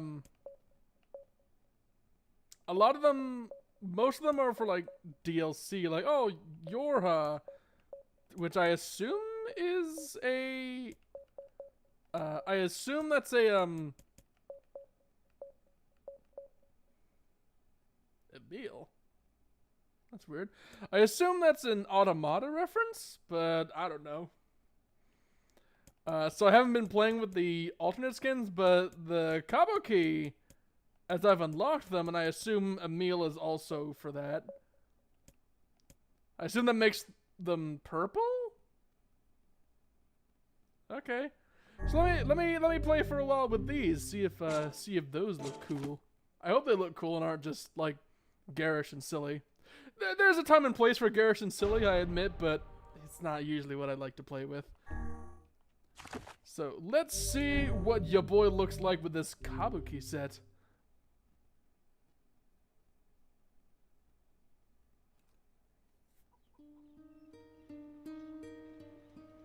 Oh shit.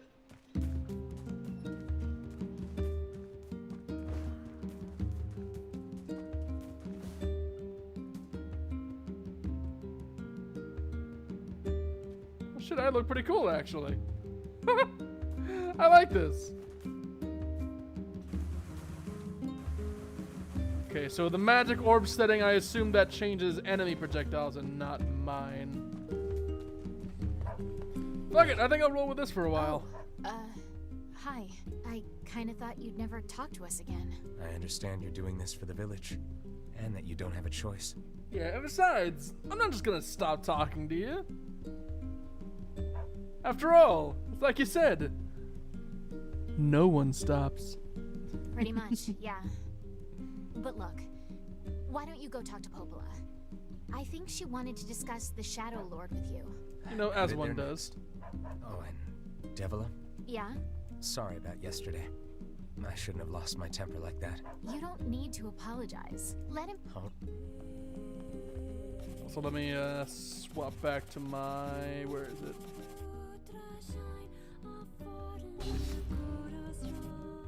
Not Faith.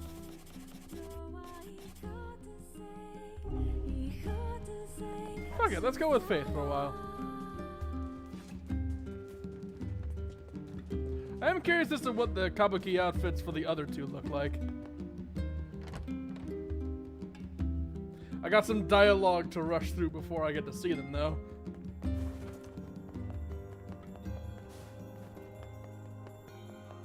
I wonder... Is there any evidence of me getting the ending in this room? What is the purpose of this place? beats me. Maybe it's Popola's hobby corner. Oh, it clears out the parts of the bosses that I technically haven't beaten yet. That's actually pretty cool. It turns it from a bit of foreshadowing into kind of a checklist. Popola? Oh. Hello. Look, I want to apologize for Stop. You didn't do anything wrong. Yeah, but neither did you. You're just trying to protect the villagers. And I jumped down your throat for it. I'd like to jump down It's. Oh, you. That's. But Yeah, the fair batch. thank Yep. All right. And moving on.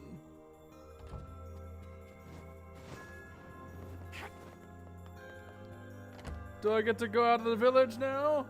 I'd like to go out of the village. I would like to see if I'd like to see what these other outfits look path like. above the entrance to the shopping district should lead to the boat landing. How excellent to know the canal is finished. Hopefully this puts our days of running all over behind us. The Oh faster we yeah, can and then move, I go there and I faster we fight can save the other Let's use it knights, as often as we need. and then that's how I learn how the key is. Okay. Also, have my quests been? Nope, my quests have not been reset. Does that mean I still have?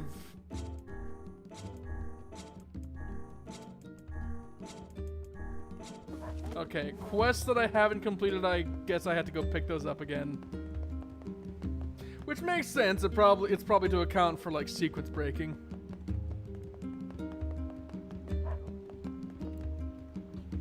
Hey, look who it is. Remember me? Oh, yes, I do remember you, and you're still alive at this point in the plot. Red bag. Hey, shh. Oh yeah. Thank it. Interesting. That's not awkward at all.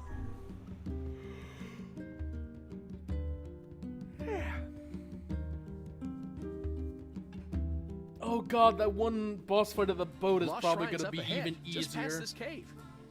As well as the Shadow Lord's castle. Let us make haste. Oh, so let me get a good look at these outfits here.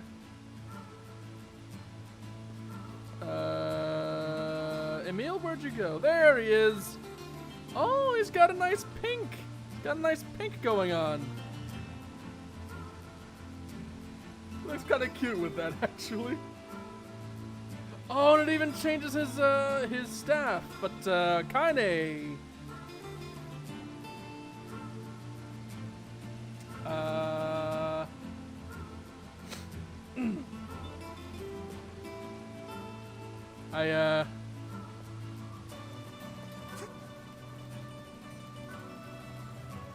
I didn't think that an outfit change would result in her wearing even less.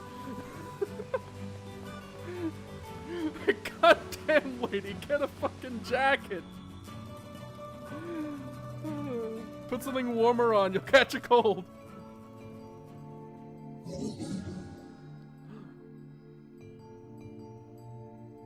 Oh, this is new.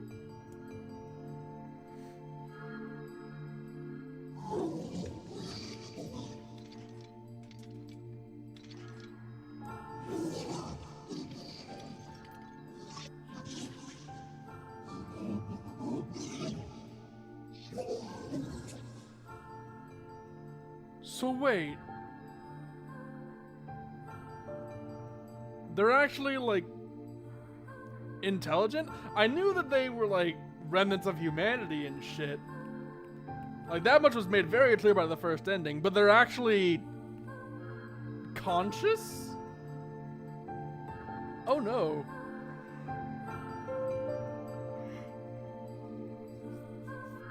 That makes things significantly worse.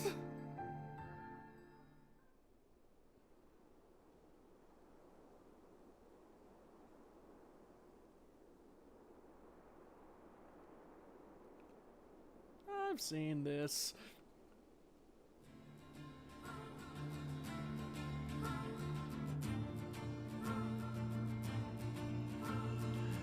You know,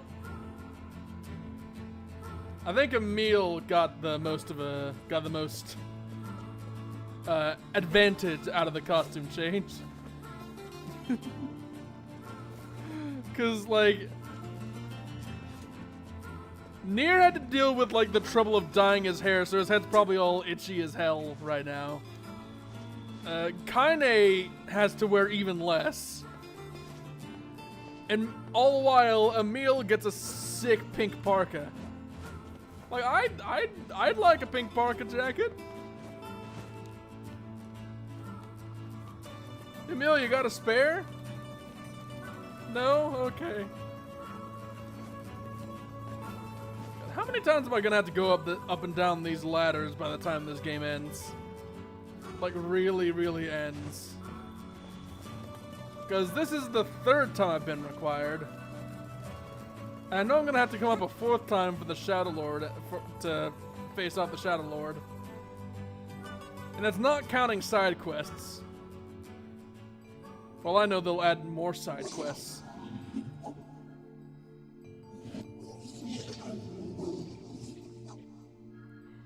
Oh.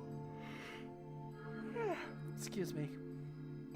They knew who Grimoire Weiss was. Hansel is oh, they're named Hansel and Gretel. Ah, that's actually really nice. There's no reason for me to exist anymore. My life is over, just leave me alone. That's a shame.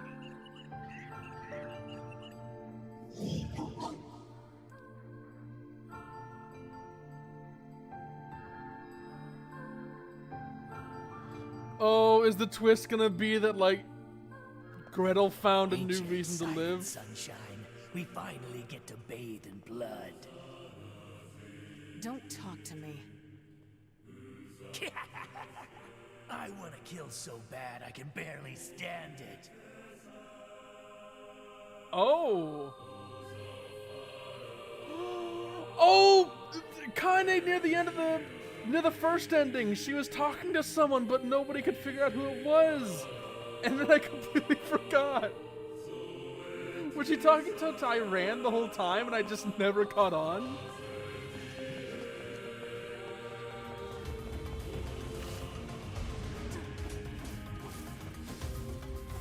Oh, Oh, there's gonna be a lot of context for things I never thought of, isn't there? Pivot.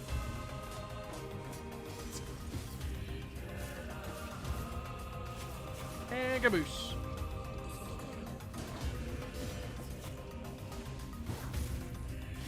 And stippity stip.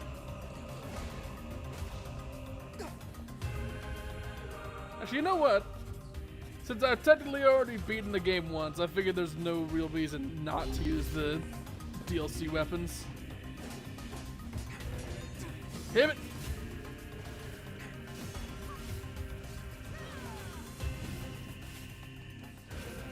Kaboosh! And while I'm using DLC weapons, why not use the 999 damage treaty sword with the obscene range? Seriously, look at the range on this thing. Yeah, there's a reason I didn't use the DLC weapons.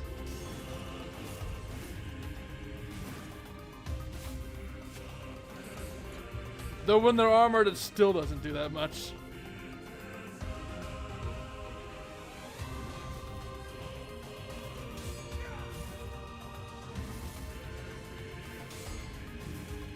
Hit it!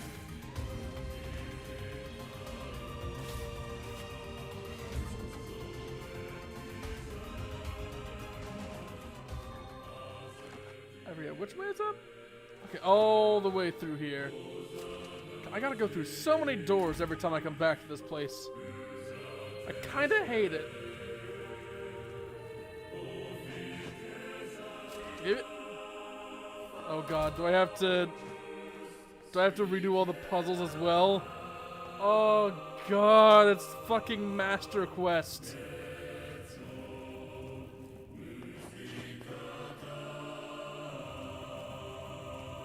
Master Quest is the reason I never replayed Ocarina of Time. So I played it once, tried out Master Quest, got bored as hell, and then evicted the game from my memory.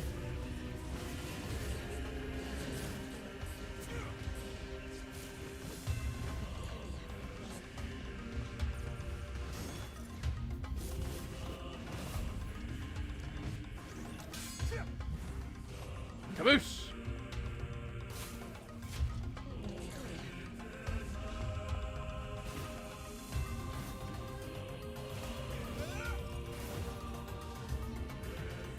And finish.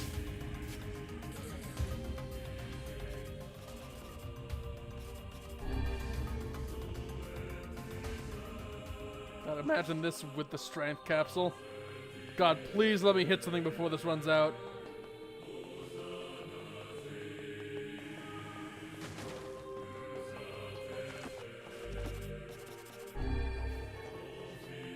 I want to see how stupid the damage is.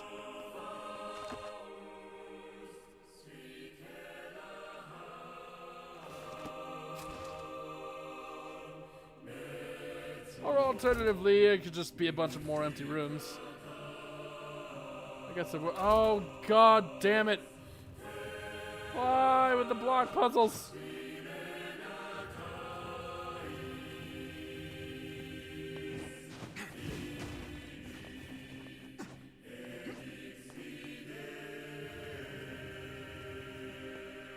Just put this here. Then that should do it.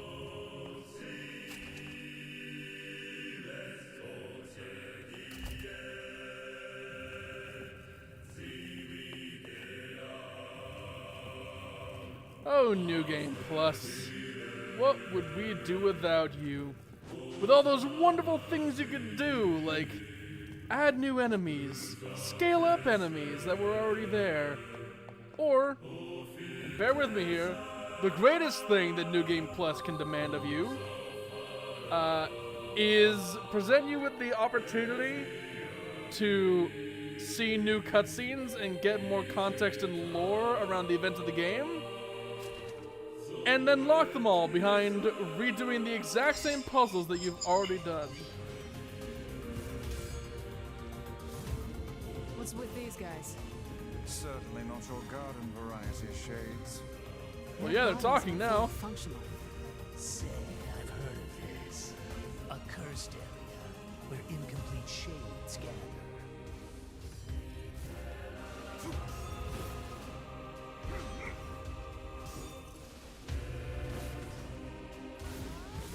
Ow. I thought I could poise through and deal more damage to him, but then he just stabbed me. And caboose! Up the ladder we go. Still haven't seen what those new magic orbs look like. I want to see the enemies shooting the purple orbs.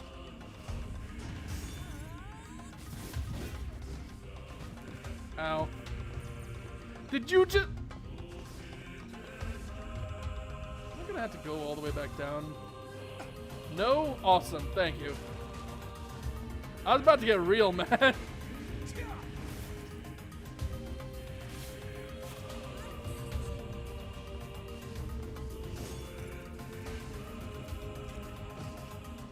Ow.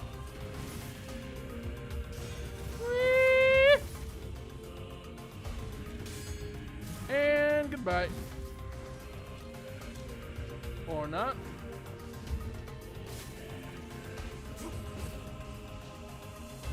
And stab.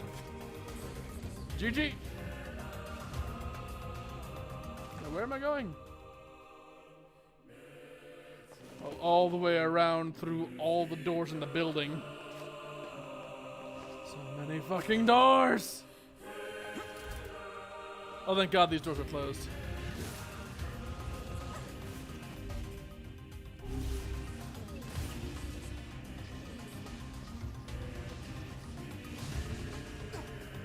Whee!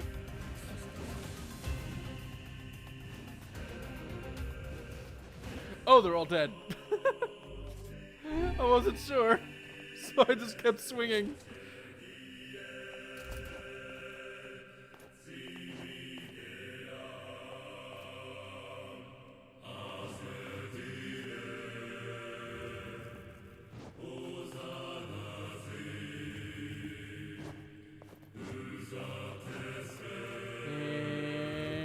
And we're good. No. And now we're good. Awesome.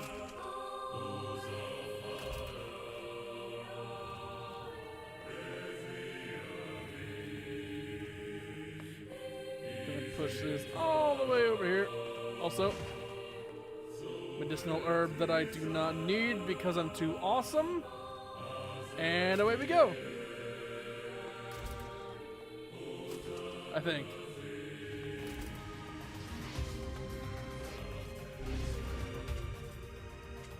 Well, let me... Actually, hold on.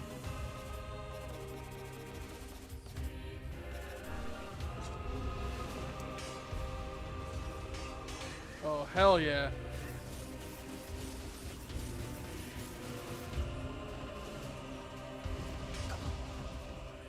Ow.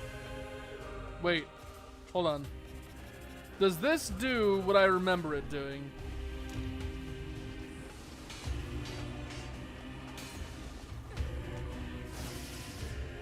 Oh, I think it does.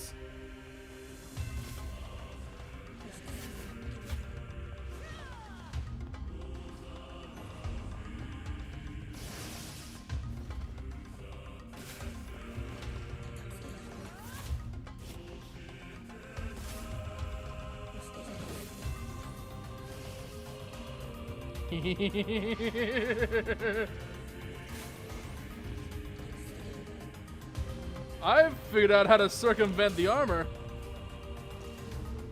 Pivot!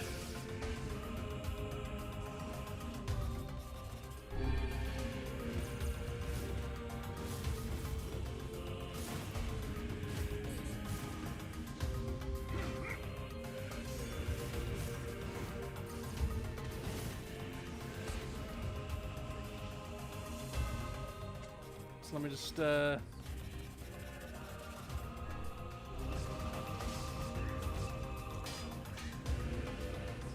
and there we go.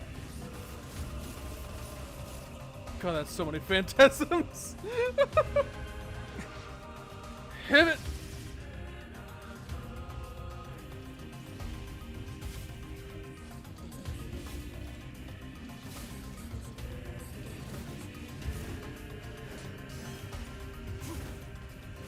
And we're done here.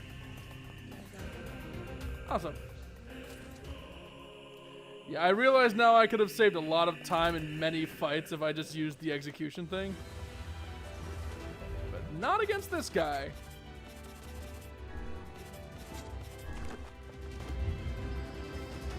Oh, that's what that's what the Emil bullets are. I thought they were gonna be purple like Emil's bullets. But it does not seem to be the case. It's just a bunch of spinning Emil heads.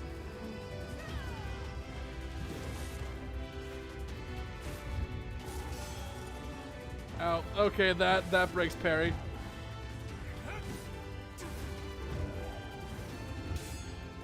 That doesn't.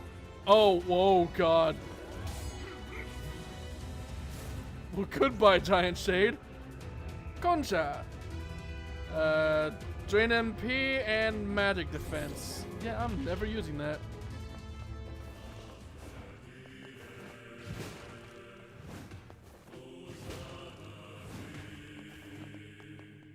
And medicinal herbs. Let me pop that and then take that. Thank you very much, and goodbye.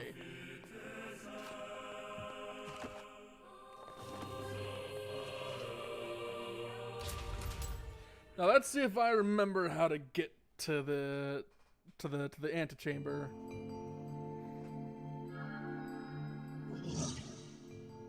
Treated you all poorly.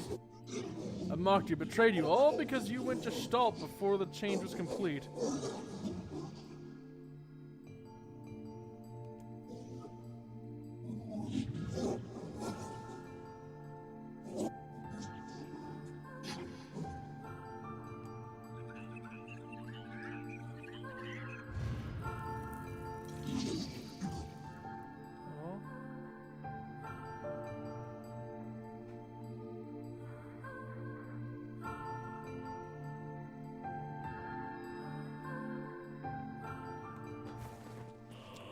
KAINÉ?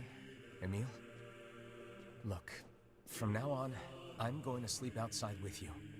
Why? I can't accept that you Because aren't he's allowed an in the egotistical village. dick. It's stupid. So you're staging a protest? Have fun. Don't waste your time. But it just feels wrong.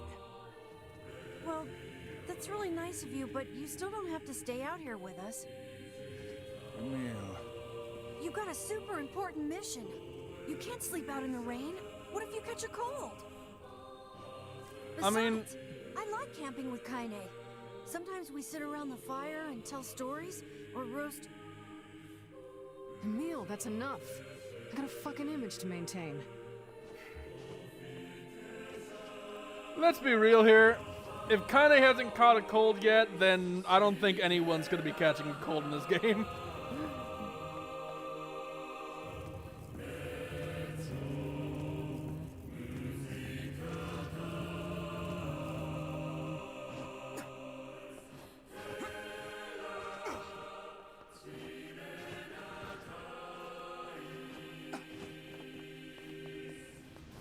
Pivot.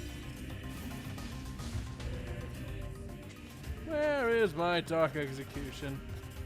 There it is.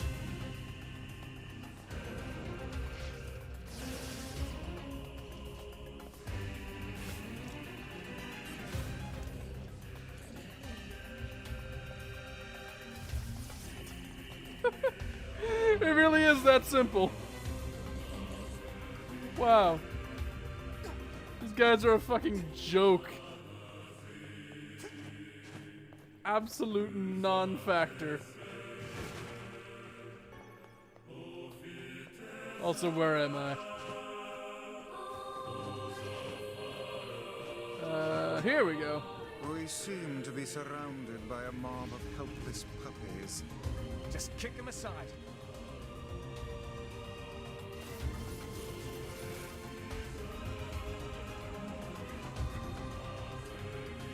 Pivot!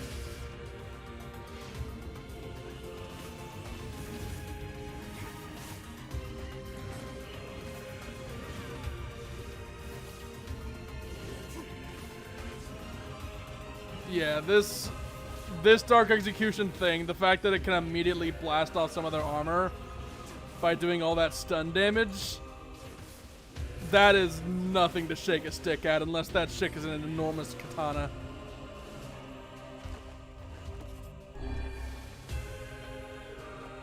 Hit it!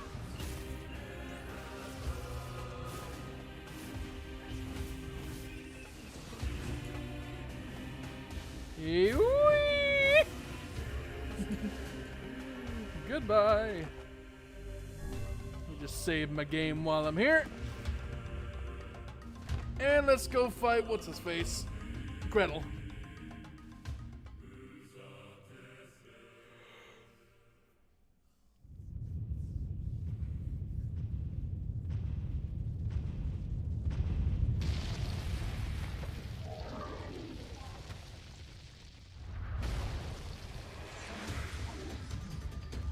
Oh, I can see what they're saying now.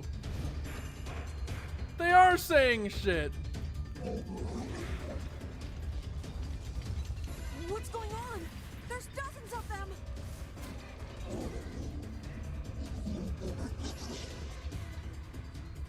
These are creatures of the darkness.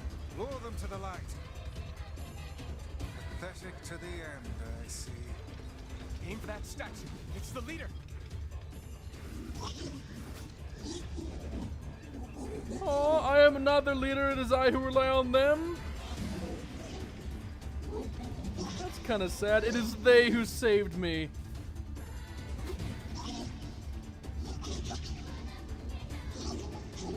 Stop putting my friends. Well, I mean, Oh, you're funny. I'm gonna start crying here. oh god, and Tyran is talking too. There's a lot more context now, isn't there?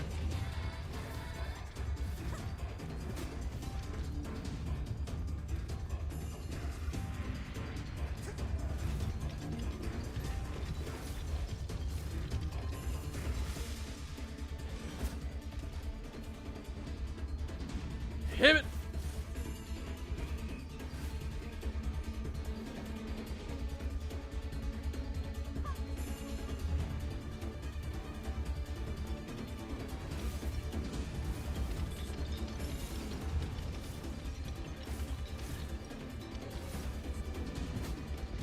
Oh, that's weird. It's got like two sets of teeth, but instead of like moving apart, they move like as a unit. That's like some Teenage Mutant Ninja Turtles like shitty costume logic there.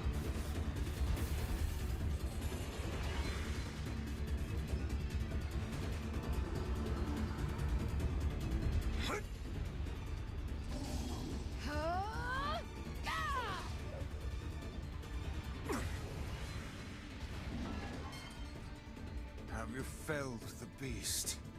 Unlikely.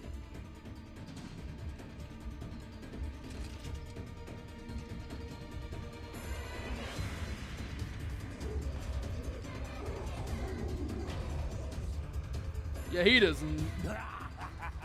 This is one stubborn son of a bitch. Oh, I forgot I can't block that. No! Damn it! Hey there, sunshine. You ain't feeling bad for this freak, are ya? Ain't no turning back now. You gotta lust for blood. Embrace the slaughter. All we know is the thrill of battle. Ain't that right, KAINÉ?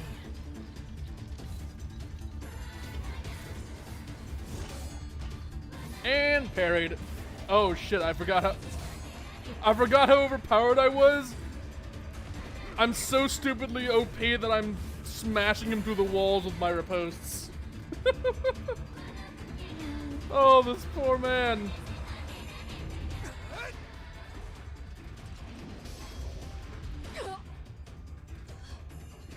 And then KAINÉ gets penetrated.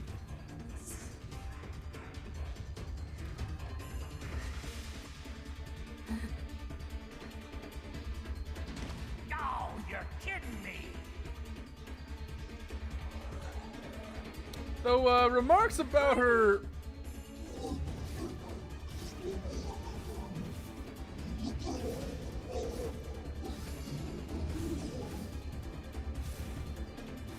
Oh, it's too weak and its arm won't move.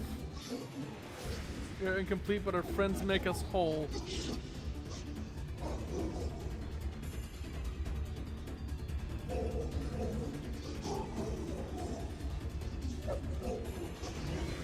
Damn, he's got a whole speech and we just didn't listen to it last time.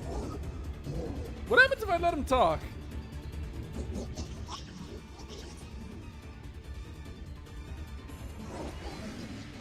Do not stand in the way of our lives.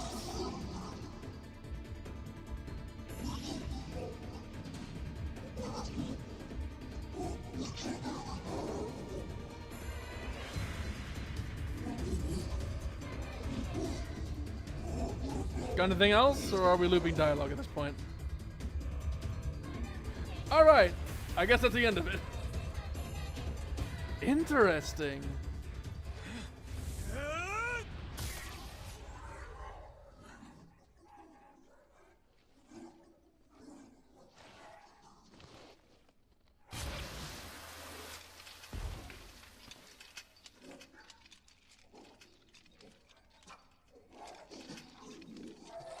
Oh god, what's it gonna say?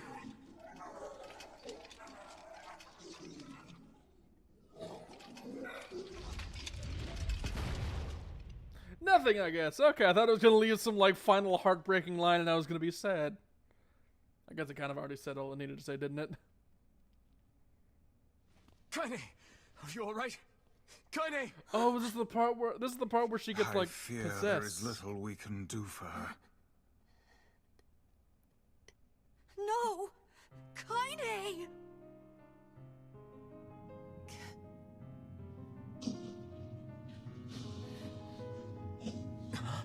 What is happening? It's all over for you, sunshine. Kaine! Kaine!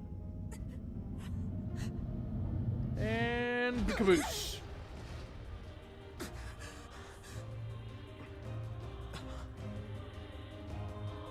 Oh, boss fight time. I remember this part being a lot more difficult.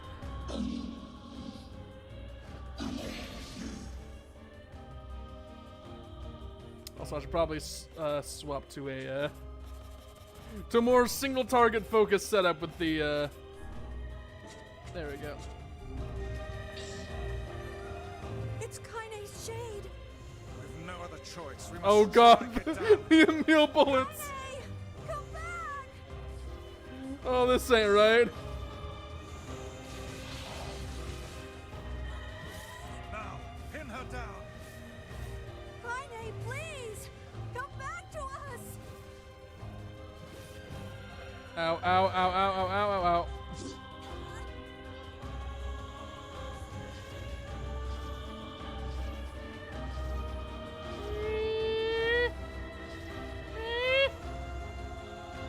Woo!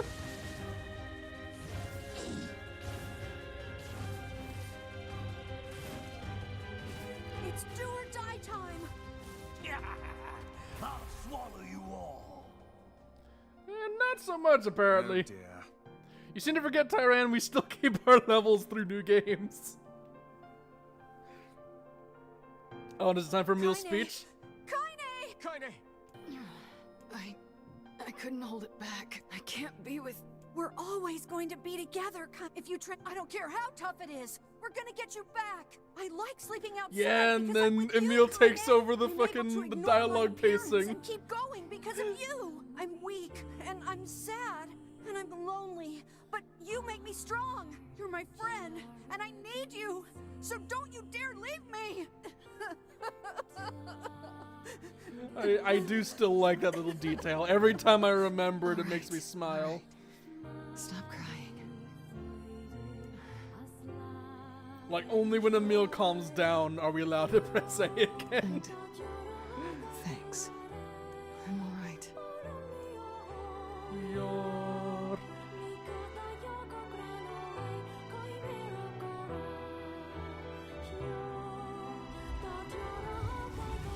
Over there. And thus begins the real quest. Gimme!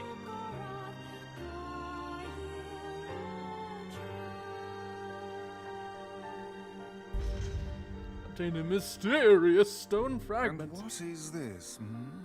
It's me. It's got some kind of writing on it, but I don't know what it says.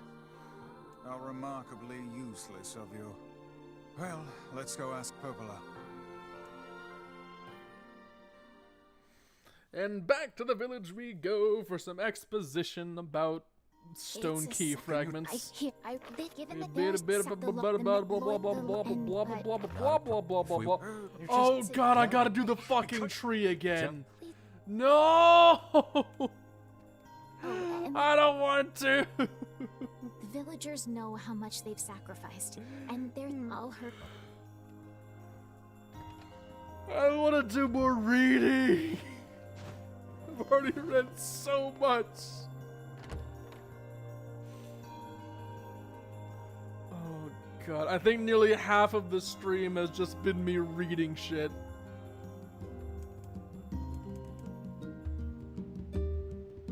Let's go to the junkie. Perhaps we can find a... I don't wanna read. I don't wanna read. I don't wanna read. I really don't want to. Ah! Whatever the case, though it doesn't feel like we made much progress, holy hell, does it feel like I spent a lot of time. Mainly because of the aforementioned fucking reading. I'm gonna let this sit for the moment and do something that doesn't involve reading for a while. I hope y'all enjoyed your stay as much as I enjoyed presenting this to you, not counting the dry mouth from all the fucking reading. So this is where I'm going to leave it for the moment. Thank you all for coming, those of you who were here from the start, those of you who came in later, and especially all y'all catching over the VOD after the fact. I appreciate your viewership and your company. And until the day comes and we all meet again, I bid you good day and goodbye.